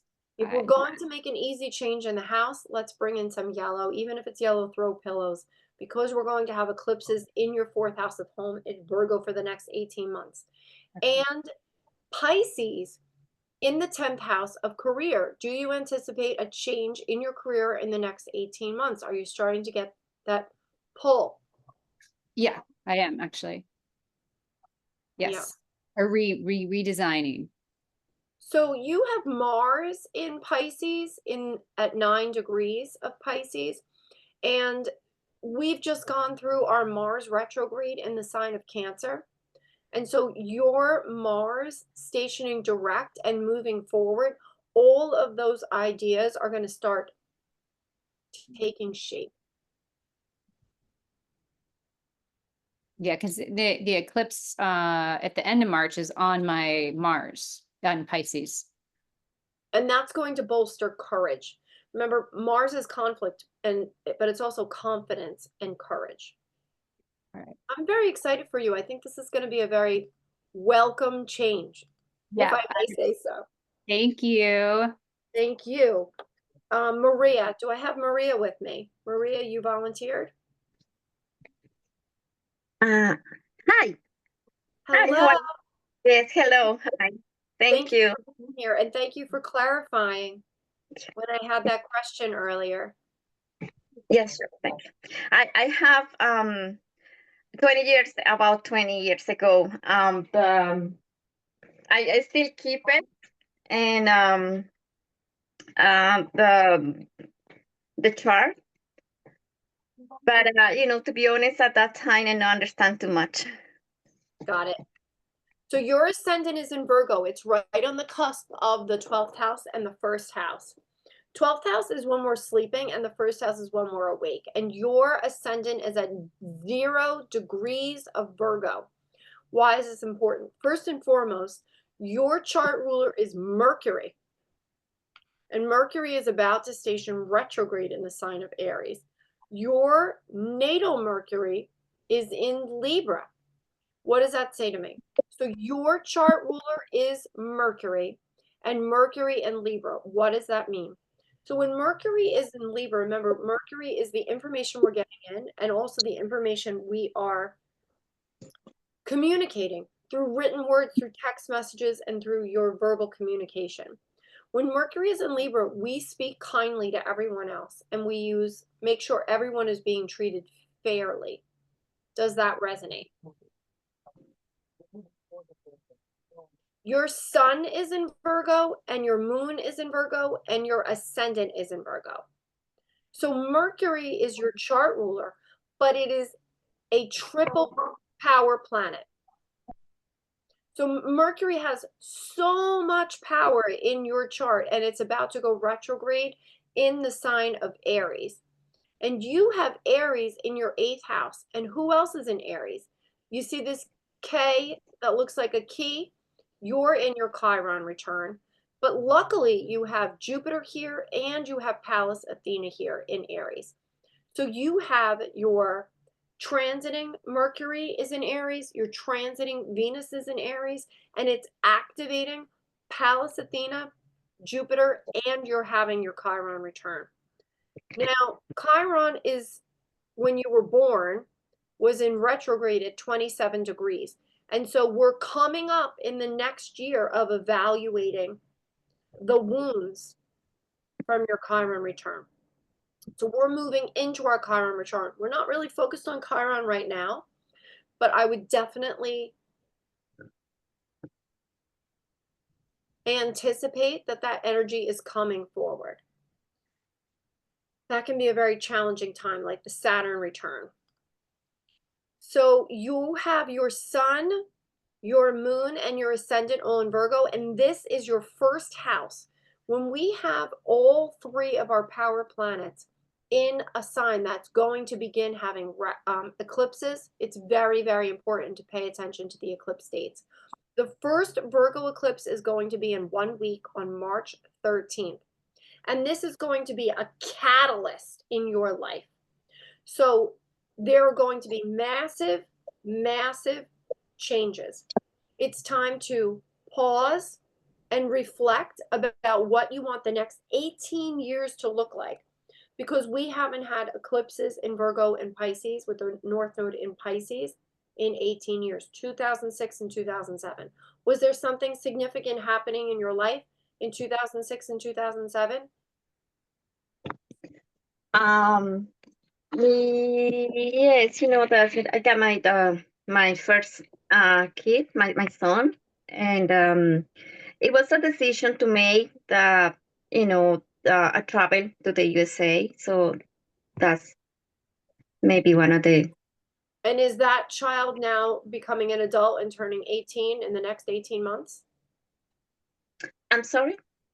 And so is that child turning into an adult and becoming, graduating, leaving the house in the next 18 months?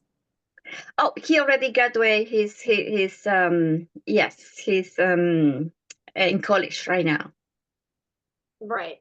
So it could be a shedding and a letting go because Virgo is where the South Node is. We're letting go of an old part of our identity. Remember, the first house is where your ascendant and your sun and your moon is.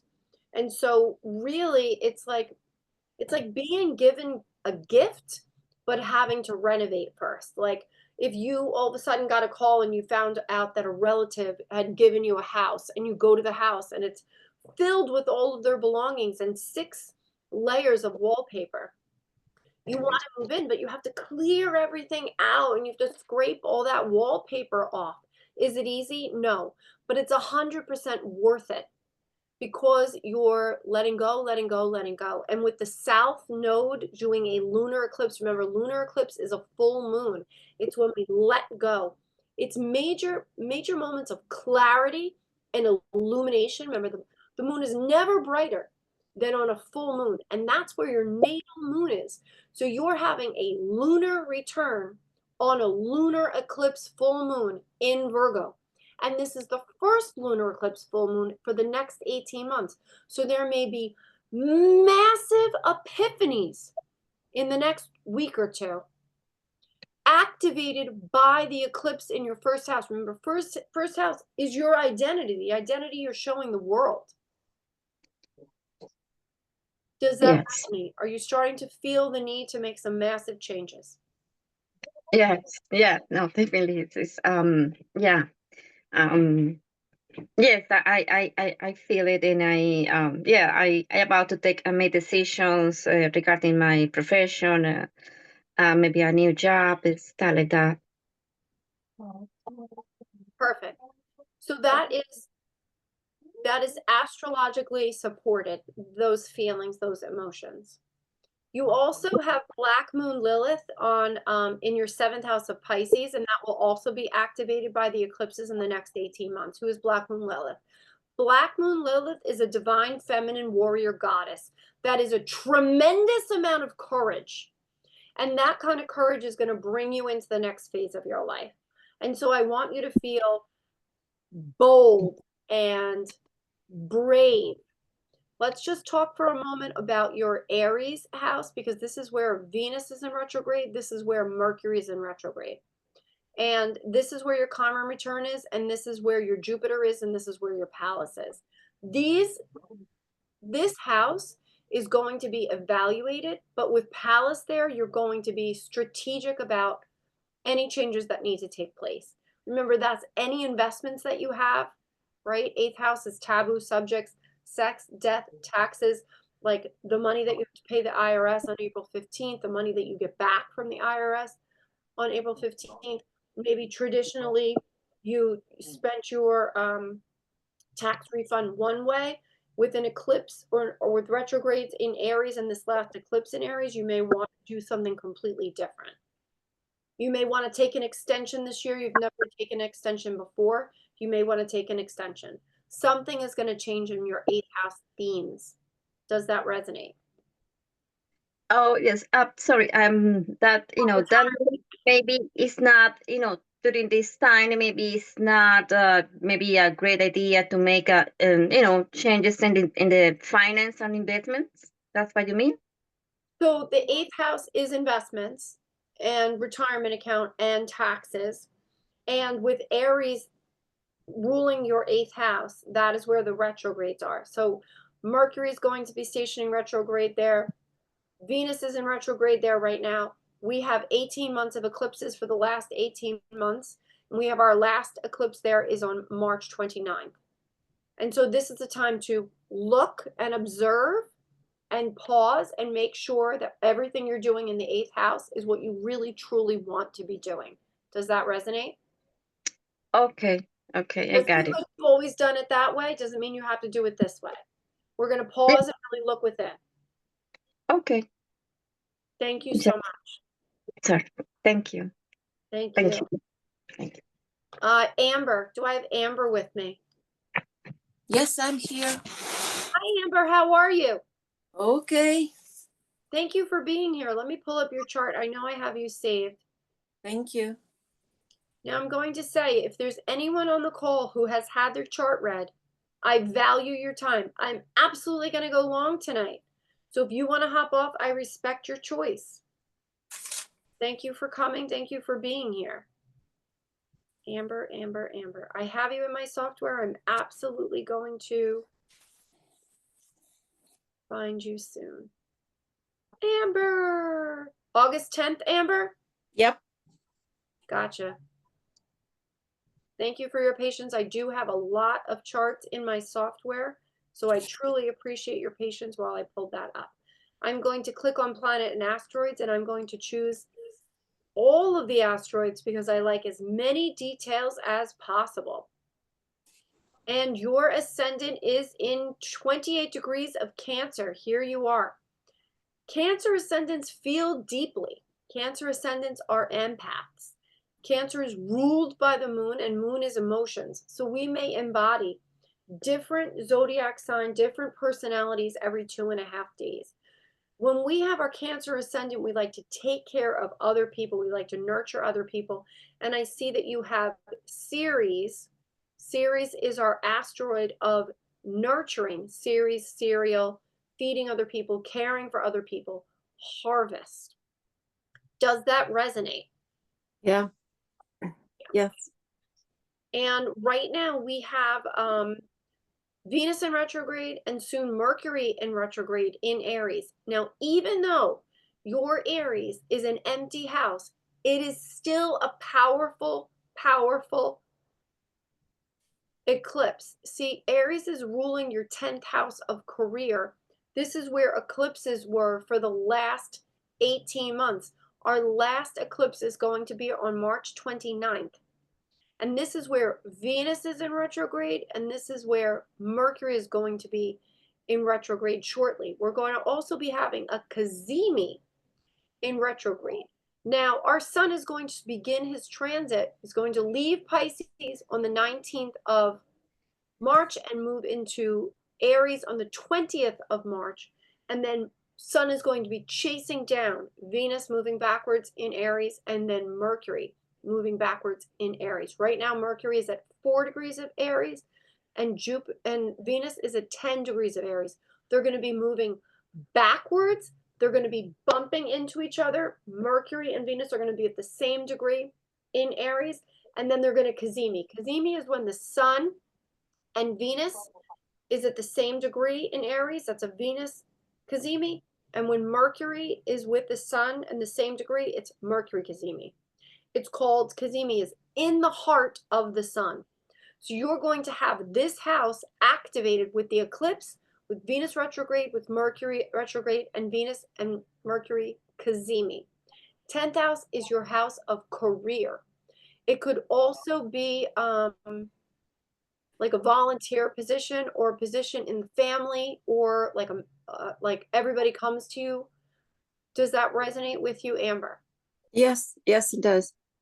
So there may have been a lot of changes for the next 18 months, and that energy is going to start to lift, and the eclipses are going to start activating your 9th house. You have Jupiter here in the 9th house. The glyph for Jupiter is the number 4. And Jupiter makes things bigger. Because the eclipses are going to be activating your 9th house, let's talk about the themes of the 9th house. 9th house themes include higher education, learning. You may be more attracted to biographies or educational podcasts or documentary films or documentary series on the television. You may be more interested in coming up with a new hobby that you want to learn a lot. You may be immersing yourself and teaching yourself about a new subject matter, because the 9th house is our house of foreigners, of foreign travel, of education, and of course spirituality. You may have a new keen interest in yoga or astrology or meditation. Does that resonate? Are you starting to feel that energy of wanting to learn more, or perhaps take a trip and travel? Yes, absolutely. With Pisces ruling your 9th house, it could be a cruise. Oh, okay. It could be something on the water, because Pisces is a water sign and it rules your 9th house of foreign travel. It could be a subject having to do with water. Does that resonate? Interesting. Something to think about. Yeah. Yeah. Maybe you could cruise on a wonderful cruise ship and learn something when you're on the cruise. Okay. You also have your K Chiron is in Pisces, and that's going to be activated by the eclipses. The first eclipse is going to be in in Virgo at 23 degrees. And then in the fall, we're going to have our first eclipse in Pisces. So in the fall, you're going to have your Chiron, your wounds, activated. It's going to act as a catalyst. So we will certainly talk before you have your Chiron activated, but that is something that we should absolutely pay attention to, because Jupiter is going to make the energy of your 9th house bigger. Remember, Jupiter is our great benefic. It expands the energy, and Chiron is the asteroid of wounds. We're also going to have energy from our Virgo eclipses activating your 3rd house. Your 3rd house is where Virgo is. That is the first eclipse in 1 week. And the 3rd house is local travel, like where you walk your dog in your neighborhood, where you go and get your morning coffee or your groceries, your community. It's also about communication. And that house is going to be activated. You do not have Mercury in your 3rd house. Mercury is actually in your 2nd house of Leo. I just wanted to double check. But it does look like Pluto is at 9 degrees of Virgo. And so Pluto is going to be activated during the next 18 months of eclipses. Pluto is about a rebirth. It's about a restart. It's about a transformation. And so there may be very large changes for you in the next 18 months. Hopefully there will be positive and exciting changes, hopefully having to do with the topics of the 9th house, which are education and foreign travel. Does that resonate? Yeah. Yes. Thank you. Thank Thank you very much. Thank you. I'm going to check the chart because I think we have more volunteers and I would like to get to more people. Again, if I did your chart, thank you, Amber. March 15th. So there was a Zoom user who input their birth data and said March 15th, 2:06 a.m. If you could give me your city of birth, because when we do astrology, we have to have the longitude and the latitude. ChatGPT is also a very good suggestion. Kayla, you can direct message me on the chat here. You just choose me. I'm gonna actually type in my email address.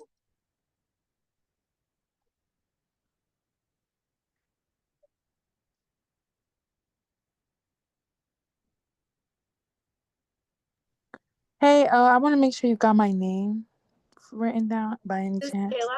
Yeah, Kayla. Hi, Kayla. Can I Hi. input your chart? I can input it right now if that works for you. Oh, it's my turn? I would love to do your chart, Kayla. Oh, sure, no problem. Yeah, I put my information in the chat. I can look for it in the chat. No problem. Let me just find it. I think there's 43 messages.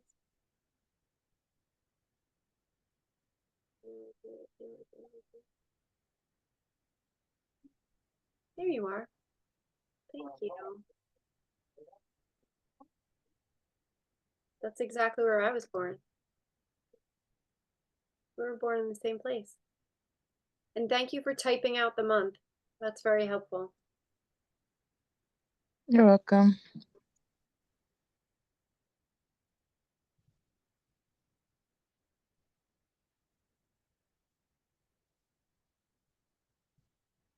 I'm going to click share screen, okay?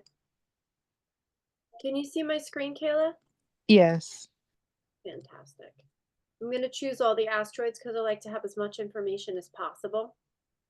You are a Libra ascendant. Have you had your chart read before? No. So Libra ascendant means that your chart ruler is Venus. Venus rules your chart. So it's more important for you to focus on their Venus transits. Your natal Venus is in Virgo, and Venus is currently transiting Aries. So when you have a Libra ascendant, Aries rules your 7th house of partnerships. Because you have Pallas Athena here, you see it looks like a triangle on a popsicle stick? That's Pallas Athena. So you have Pallas Athena in your 7th house. So when you choose a partner, you are very, very strategic about who your alliances are with. Is that accurate? Does that resonate? Yes. Yeah. That's using your energy wisely. When Pallas Athena is in the 7th house, we choose our alliances, we choose our partnerships with strategy, and we make sure that it works as well as it possibly could. That's a very, very, very good characteristic to have. One of the biggest challenges with being a Libra ascendant is that we put people ahead of ourselves. But with Pallas Athena in the 7th house, that is going to help that energy tremendously. Now, because you're a Libra ascendant, your chart ruler is Venus, and your chart ruler is in Virgo, in the 11th house of friendships, of community, of wishes and dreams. And that is where your sun is, and that is where Jupiter is. That is where Mercury is. When we have 4 astral bodies in one zodiac sign, and you do in Virgo, it's called a stellium. You have a stellium in Virgo in the 11th house. You have all of these planets hanging out, working together, collaborating. So we're going to have to talk a lot about what Virgo is. First, let's note the degrees. Your sun is at 12 degrees of Virgo. Your Mercury in retrograde is at 23 degrees of Virgo. Your Venus is at 17 degrees of Virgo, and Jupiter is at 1 degree of Virgo. So you have 4 planets activating Virgo, and Virgo is going to have eclipses for the next 18 months. So all of these planets are going to act as catalysts. This is going to be a a year of massive, massive changes. And those changes are going to be in your 11th house. 11th house is friend groups, friendships, communities. You may have a whole different group of people that you spend time with in the next 6, 12, 18 months. You also may have had aspirations, wishes, dreams, desires that you really, really, really thought were important to you. And they may be all thrown out the window because you're going to have new wishes, new dreams, new aspirations going forward. We also, with that many planets in Virgo, Virgo is very organized, very detailed, likes to make lists, likes things to be just so, will work very, very hard to make it just right. We may be taking more of a leap of faith. We may be getting away from, the control in the organization and the high standards and going more with our gut and trusting more with our gut. Why? Because our south node, that's where our past is. That's what we're moving away from. That's in Virgo. And where we're headed is Pisces. And Pisces is the ruler of your 5th house. And who's there in Pisces? You see that glyph? That is the glyph for Mars. You have Mars in your 5th house of Pisces. So Pisces is intuition. It's trusting your gut. It's feeling in your bones, this is the right thing to do. And with Mars there, it's giving you the courage to trust your instincts, to not have to have all the facts. Remember, you're coming from a place of Virgo with a stellium in Virgo. And Virgo likes to research, and have all the details and all the data and all the information. And Pisces is quite the opposite. Pisces is a leap of faith. It's saying, I trust that I am guided and guarded, guided and guarded, guided and guarded, guided and guarded. I trust divine timing. I know everything is working in my favor. And Pisces is also very good at the pivot. It's good at making massive changes in your life and feeling comfortable about implementing those changes and integrating them into who you are in your heart center, in your core. Remember, as a Libra rising, you're very focused on your 5 senses and Venus energy. That's about loving yourself and doing what's best for you. Remember, one of the hardest parts about being a Libra ascendant is putting other people first. But you must not. You must put your heart and your desires first. It's me, especially for the next 18 months. Does that resonate? Yes, it does.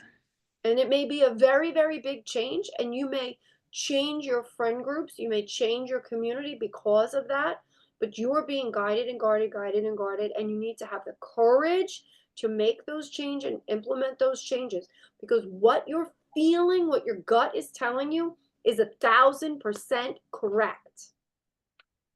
Does that resonate? Yes, it does 100%.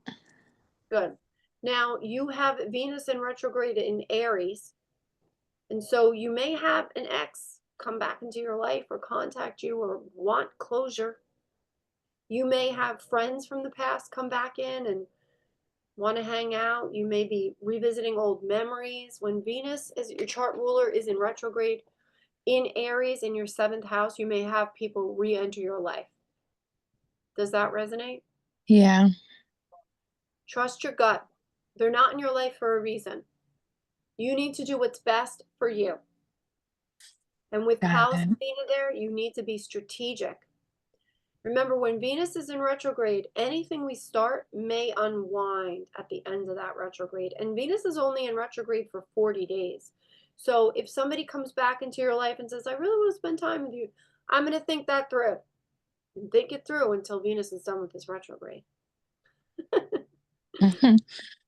Now, we're going to have a Venus Cazimi in Aries at 2 degrees on March 22nd. Because Venus is your chart ruler, that is going to be a very activating day. So from March 20th until the 26th, there may be a lot going on. So if you're getting messages or people are showing you who they are, pay attention. Okay. Keep your eyes wide open. Keep your ears wide open and try and keep your mouth shut. Let people reveal themselves to you. Let them show you who they really are. Does that resonate? Yeah. So it's going to be a lot of changes coming up for you. But I think they're going to be incredibly amazing changes. And I think going in and trusting your heart and trusting your gut, even if you say, what does my heart want? What does my heart want? And letting that be the answer you go with, that would be a lovely shift away from Virgo. Remember, Virgo is where our South Node is going to be transiting for the next 18 months. And going into the faith, Pisces, with courage, because Mars is there bolstering you up. Does that resonate? Yes. I'm so excited for you. Thank you so Thank much for you. volunteering. I really appreciate it. Thank you so much. Everything resonated so well. I really need to hear this. I appreciate it. Yeah, I'm so glad. I see Debbie. Debbie, thank you for volunteering. I'm going to pull up your chart if that's okay. That's great. Thank you, Chris. Thank you. Let me do that right now. This is fun. If anyone has had their chart read and they're ready to drop off, I completely respect your choice because I am going long and I apologize for going long. I just like to say as much as I can when I see something like that.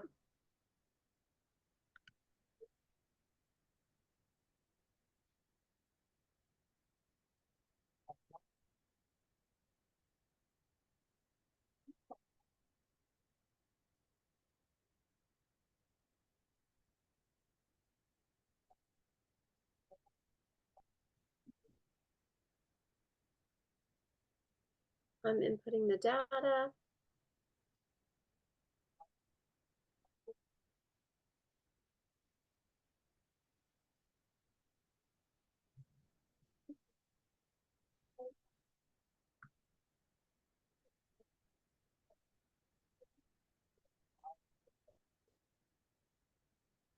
Debbie, can you confirm that you can see my chart? Yes, Chris, I can see it. Thank you. Fantastic. I'm going to click on planets and asteroids, and I'm going to include all of the asteroids so we can have as much detail as possible. Have you had your chart read before? Yes, I had one done probably over 20 years ago, so it's been a long time. So you are a Virgo ascendant. That means Virgo is your rising sign. And Virgo is ruled by Mercury. So your chart ruler is Mercury. Let's see where your Mercury is in your chart. So Mercury is in Capricorn. And Mercury is in Capricorn in your 4th house. Those are really, really close. So your 4th house contains both your Sun and your Mercury together. So you must have the gift of gab. Yes, I do. Very much so.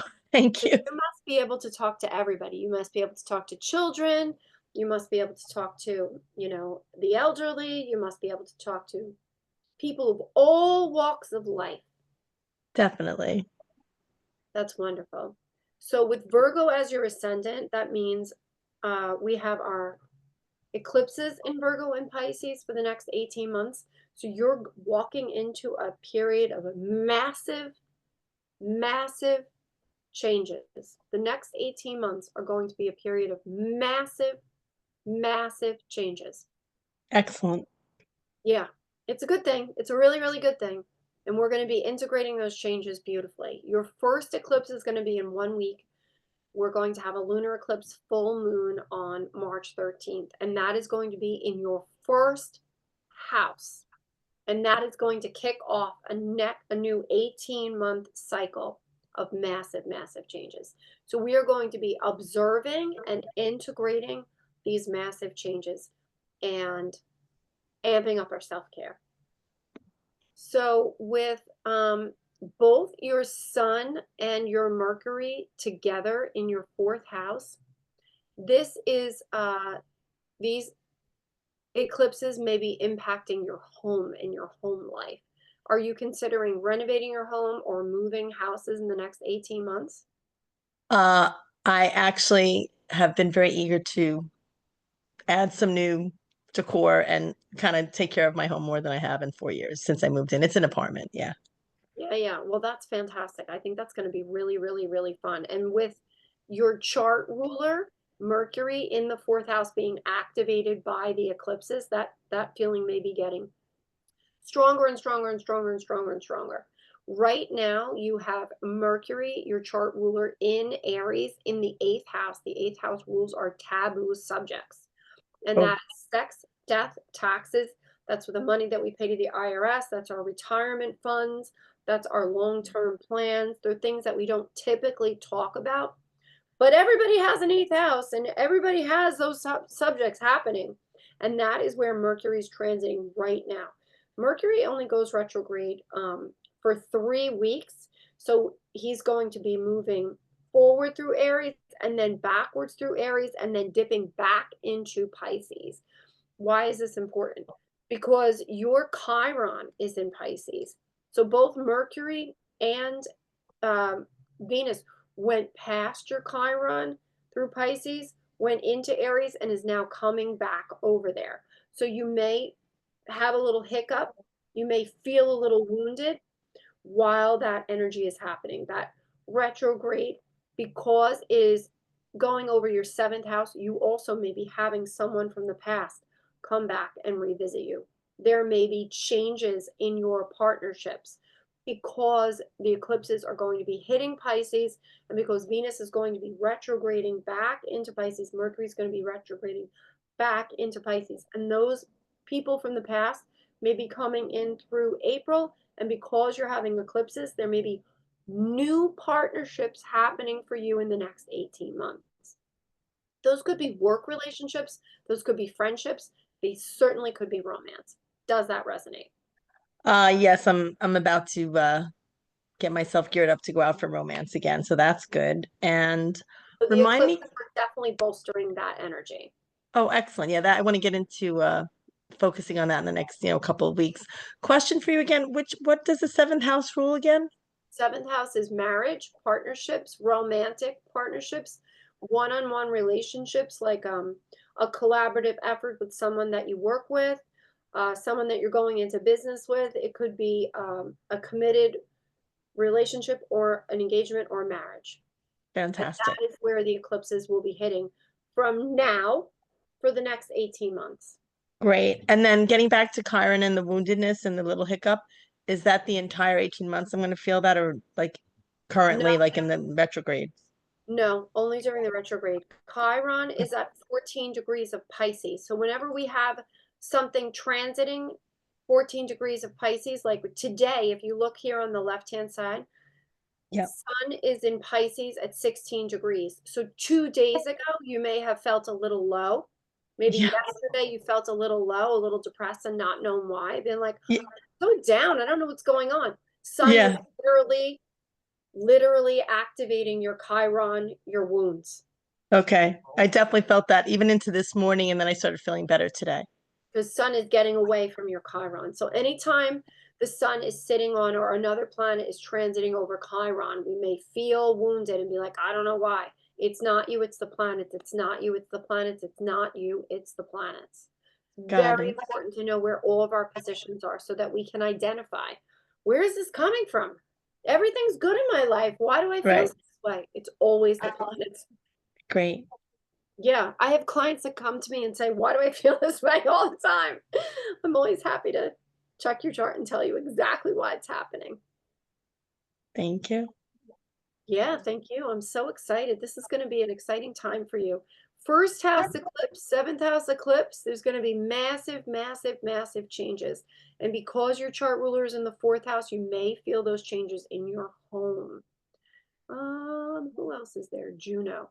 So it's interesting because Juno, you have Juno and you have Pallas being activated by the eclipses. They're both in your fourth house. Pallas is strategy, and Juno is your attachment theory, is your attachment style. So I don't know if you've heard anything about attachment style, like people are identifying.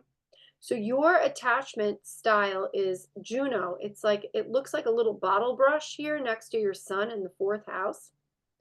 And that's going to be activated by the eclipses as well. It's so interesting that Pallas is also going to be activated, because if you do jump into the dating pool and there's 100 people to choose from, you're going to be able to use Pallas to strategically make the right choices for you. Very happy to hear that. Oh my gosh, Chris, you really, it's totally resonating because I've not done much online dating since my 4 years of divorce, but I went on twice in the last 2 years. One was just a month from November to December, but I've done some research and I've really figured out how to be so strategic and high bound, like, super boundaries and super vetting, and how to really, get the right people where I don't want like 20 of my feet, I'll take 2. That's exactly what I'm intending and I feel confident about. So that's amazing. Thank you. And that's being activated. So we just got into the Virgo Pisces eclipse cycle. And so that's just being activated since January 11th. So that strategic energy is being activated. And then with Juno there, yes, you have the ability to really make an attachment, but that attachment is going to happen only after you check all the boxes. That's right. That's interesting because I do know about attachment theory, and I mean, I could have been an avoidant attachment in my past. I would say maybe, even though I act all, together and happy and fun and all that, like I'm into it, but there's probably been a commitment phobia thing in my past. But now Saturn is. So you have Saturn in the 6th house. I just wanted to make sure that you did not have Saturn in the 7th house. So Saturn is in your 6th house. So I'm not concerned at all. I think you're going to have a really, really fun time. Pisces, of course, is about a leap of faith. So I'm excited for you. I think it's going to be a great time. I think the timing is absolutely perfect for you to jump back into the dating pool. Yeah, thank you. And I literally said to a girlfriend walking my dog today, I said, yeah, so my boyfriend's coming soon and I've got things to, she's like, oh, you have a boyfriend? I'm like, no, he's on Bumble. I'm meeting him soon. Like, I'm just got to get my pictures redone.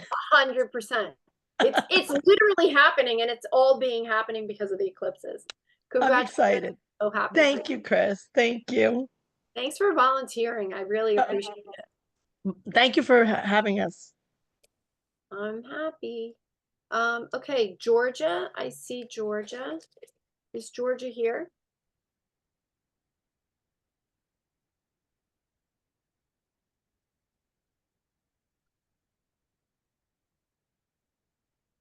Jamila?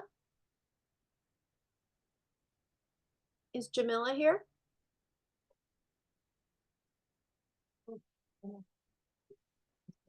Georgia. I have Georgia's birth data. Georgia, if you're here, I'd love to do your chart. I know it's getting late. You guys are being so patient. Is Dora here?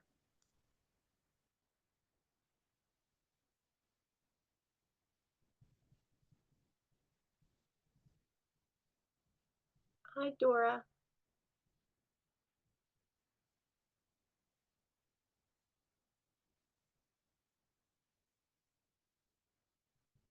Gabby. Gabby, are you with us?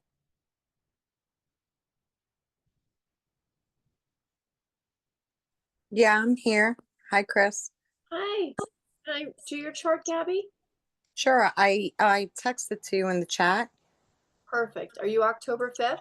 I am. I'm going to input that right now. Thank Okay. you so much for volunteering. You're welcome. Thank you.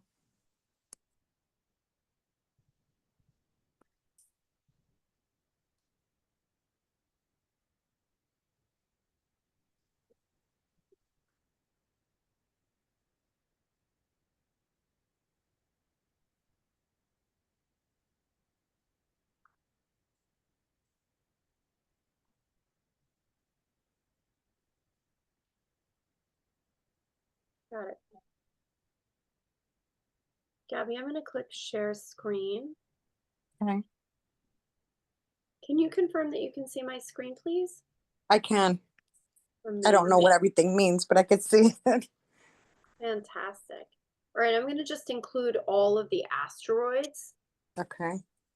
So, you are a Scorpio ascendant. Have you had your chart read before? No, but when I look at it, like when I pull it up thinking I know what I'm doing, I see I've got Scorpio all over the place and it kind of matches my personality. But I'm Well, definitely a Libra as well. everybody has Scorpio in their chart. Everybody has Scorpio. We all have Okay. Scorpio in a different house. Your Scorpio is in the first house. And one of the interesting things about I'm sorry. I've got your sister. can we I'm all here. mute our Zoom, please? Figure out where Julian went. Must have left out. So for Scorpio, you have two rulers. You have Pluto and Mars, the traditional ruler of Scorpio. This traditional ruler of Scorpio is Mars. Okay. And so I like to stick with Mars because yes, Pluto is one of the rulers, but Pluto is so far out. And so it could take 20 years for Pluto to move through a sign. Like Pluto just entered Aquarius. It was in Capricorn since 2007, where Mars is more impactful. So we're going to use Scorpio as a chart ruler with Mars. So Okay. Mars as your chart ruler is your natal Mars is in Aquarius. Aquarius is the great innovator. And Aquarius is in your, let's check, your third house where your north node is. So your third house is Aquarius with Mars and the north node. So your chart ruler is Mars. Your ascendant is in Scorpio. So Okay. Mars just left retrograde. Because your chart ruler was moving backwards and was debilitated in Cancer, the last several months you may have felt stuck. Does that resonate? Oh my God. It resonates humongously because It's not you, it's the planets. It's not you, it's Okay. the planets. But when Okay. your chart ruler is Mars. Mars is the god of war. He is the general. He likes to march forward. He has motivation, action, courage, determination. He wants to drive down the street 90 miles an hour. And he was forced to retreat backwards, moving backwards, and then shoved into water, moving backwards in water for months and months and months and months. If your chart ruler Mars has to move backwards and be stuck in water, you may be feeling stuck for the last few months. Absolutely. Absolutely. Thank God, Mars is out of retrograde and now he is moving forward. You are going to feel lighter. Things are going to be lifting. It is going to be a much better 18 months forward. The last few months must have felt very, very challenging. Oh my God, yes. Yeah. It's an understatement. Yeah. So that is wonderful, wonderful, wonderful, great news.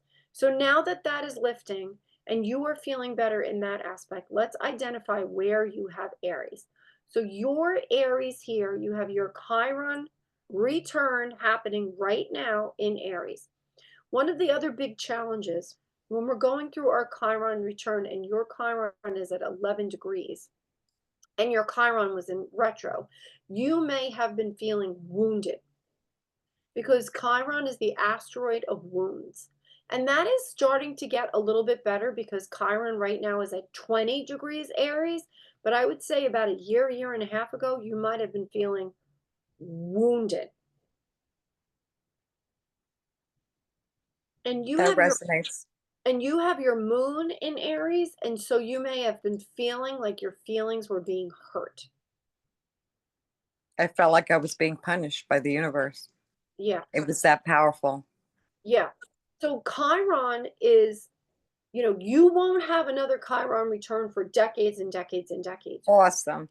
You are going to be safe and insulated. Between Mars being retrograde and going through your Chiron return, it has been a very challenging, at least year and a half. Yeah. All of that is getting lifted. And now we are going to make room for new, brighter energy. We're literally clearing space, clearing space, clearing space. And let me tell you, It's going to feel like a rebirth. Why? If you look up here, it says Virgo. And who's in Virgo? Pluto. Pluto looks like he's holding like something over his head. That is the planet of transformation, of rebirth, of the phoenix coming out of the ashes. Oh my That's God. the energy for the next 18 months. Oh my God. And Is that consistently or just for like a phase? No. 18 months of, Elevation. rising. So the Okay. eclipses are going to start on March 13th. Your first eclipse is going to be in Virgo, in your 10th house. Your 10th house is your house of career. It's what you're known for. You could be a community leader, a club leader, like someone who organizes family events, or your job or your career. That is the sector that this massive transformation is going to hit. Your 10th house. It's also going to hit your fourth house, which is your home. Are you renovating your home or moving your home? I just moved into a new apartment. So I've been putting it together, and it's the way I want it, as opposed to settling for how it could be. Yeah. Perfect. Yeah. That's perfect. And so you're going to have a much lighter energy, a much more auspicious energy, like a rebirth. Like this is the new me. Does that resonate? Yes. I'm not feeling it come into play yet, but that's my only thought and desire. I'm like, no, I need a restart. I need a new me. I don't want to be You're getting attached. a restart because the Okay. eclipses are hitting your Pluto. So Pluto Okay. is the planet of massive transformation and change. And remember, Pluto is one of two of your chart rulers. Because you're Scorpio, you get Pluto and Mars. And so Okay. your chart ruler, yes, it's activating your Mars in Aquarius. And I like Aquarius. I love Mars in Aquarius because Aquarius was ruled by Uranus, and it's a planet of massive unexpected changes. And Mars gives you the courage to exact those changes and to implement them and to integrate them into your life. Yeah. You're going to be exacting these change, implementing these change with bold, courageous action. So you're getting it from your Mars in innovative Aquarius, and you're getting it from your chart ruler Pluto in Virgo. Virgo being that's awesome. Like exploded and catalyst from this eclipse. You've got that's like birthday and Christmas all at once. That sounds awesome. That's exactly right. And then the other one is your Pisces. Now there are no planets in Pisces, but Pisces is going to be activated anyway. Remember, Saturn is in Pisces right now. So he's really keeping you on track and making sure that you're doing everything you're supposed to be doing. And right? I was wondering how I was being so disciplined with my focus. And there we go. Okay, because I'm not that focused. Yeah, no. But Saturn was transiting your fourth house of home. And he's going to be there until like Memorial Day weekend, the end of May. So he's going to keep you on track at home. Oh my God. That's awesome. Yeah, I need that help. Saturn is discipline, hard work, get it done, line the shelves, put everything away where it's supposed to be. Absolutely. Saturn can be a little bit challenging. But you know what? Because you're born during the day, you see how the sun's on the top of the chart? Saturn is your friend. If you were born at night, Saturn would be beating you up. But Saturn is your friend. He really is in your corner. He's motivating you to be I like to say Saturn likes to make us the best version of us in the highest timeline. And that's what Saturn's doing. But where Saturn's exacting that energy is in your fourth house of home. And that's going to be amplified with these eclipses for the next 18 months. 18 months of eclipses in Pisces. My back just felt so much lighter. Yeah, it really is feeling like a weight is being lifted. Mars is station direct. You've got Virgo rebirth, transformation in the 10th house. You've got Saturn helping you, keeping you disciplined, all these changes that you're doing in your home. With Pisces eclipses in there, you might be doing like bringing in plants. You might be, painting the walls. Pisces in the fourth house, you could definitely use some blue, right? Pisces is water. I would even suggest to really harness that beautiful home energy is to get a little beta fish tank, Oh, yeah. right? You only Yeah. have to feed I them already one started pellet with the a day. plants. Yeah. Yeah, yeah. Pisces, Yeah. the fourth house is fantastic. I'm so glad that Saturn is on your team and helping you out. And The then only thing Saturn to do is help me with my love life. well, Yeah. let's see. You're a Scorpio ascendant, so your seventh house, that's where your natal Saturn is. So your natal Saturn is in your seventh house in Gemini, and that's where your Pallas Athena is. So you choose your words wisely. It's I nice do. to have Pallas Athena. Pallas Athena is going to make sure that you say the right thing to the right people at the right time. I love Yes. Pallas Athena. And you can use that, but with Saturn in your seventh house, it can cause delays in our romantic life. Absolutely. Saturn is constriction, and it's also delays, and Saturn does not allow you to settle. Because I don't. Saturn will never ever let you settle. Saturn is like you make sure you are the best version of you in the highest timeline, and then when the time is right, I will bring in a new person into your life. Worth waiting for. With Saturn in the Absolutely. seventh house, that person is worth waiting for, but it must be with discernment. I set my standards to a certain level. I want to say nothing that you can measure. And that's how I ended up meeting my husband when I wasn't even looking. And he was so meant for me. He passed away, but I don't want to lower my standard because I know I know where or what level I was happy. And I did tell myself that means I'm going to have to be vulnerable to patience. You know, like I don't mind being patient to get what I want or what's right for me. You know, I don't want just, an average show, but that makes sense. That makes a lot of sense. So Venus is in retrograde in Aries right now, and Mercury is in retrograde in Aries right now, and that is the fifth house. Can you see that fifth house right here? Yeah, but I don't know what I'm looking at really. So Aries is your fifth house, and fifth house is fun. So when Venus is in the fifth house of fun, we can feed our Venus.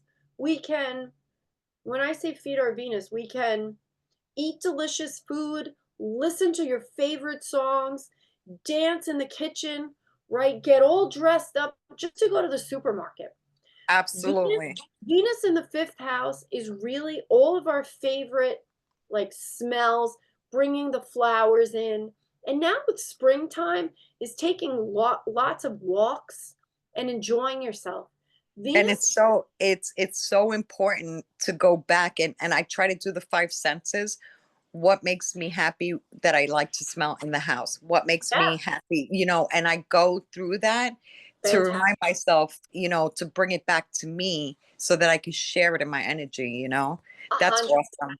Yeah. Because when we raise our vibrational frequency, the Absolutely. universe is matching that, right? Yep. If you wake up and you say, I'm lucky, I'm lucky, I'm lucky, I'm lucky, I'm lucky, the universe rewards that by giving you more things to feel lucky about. Right.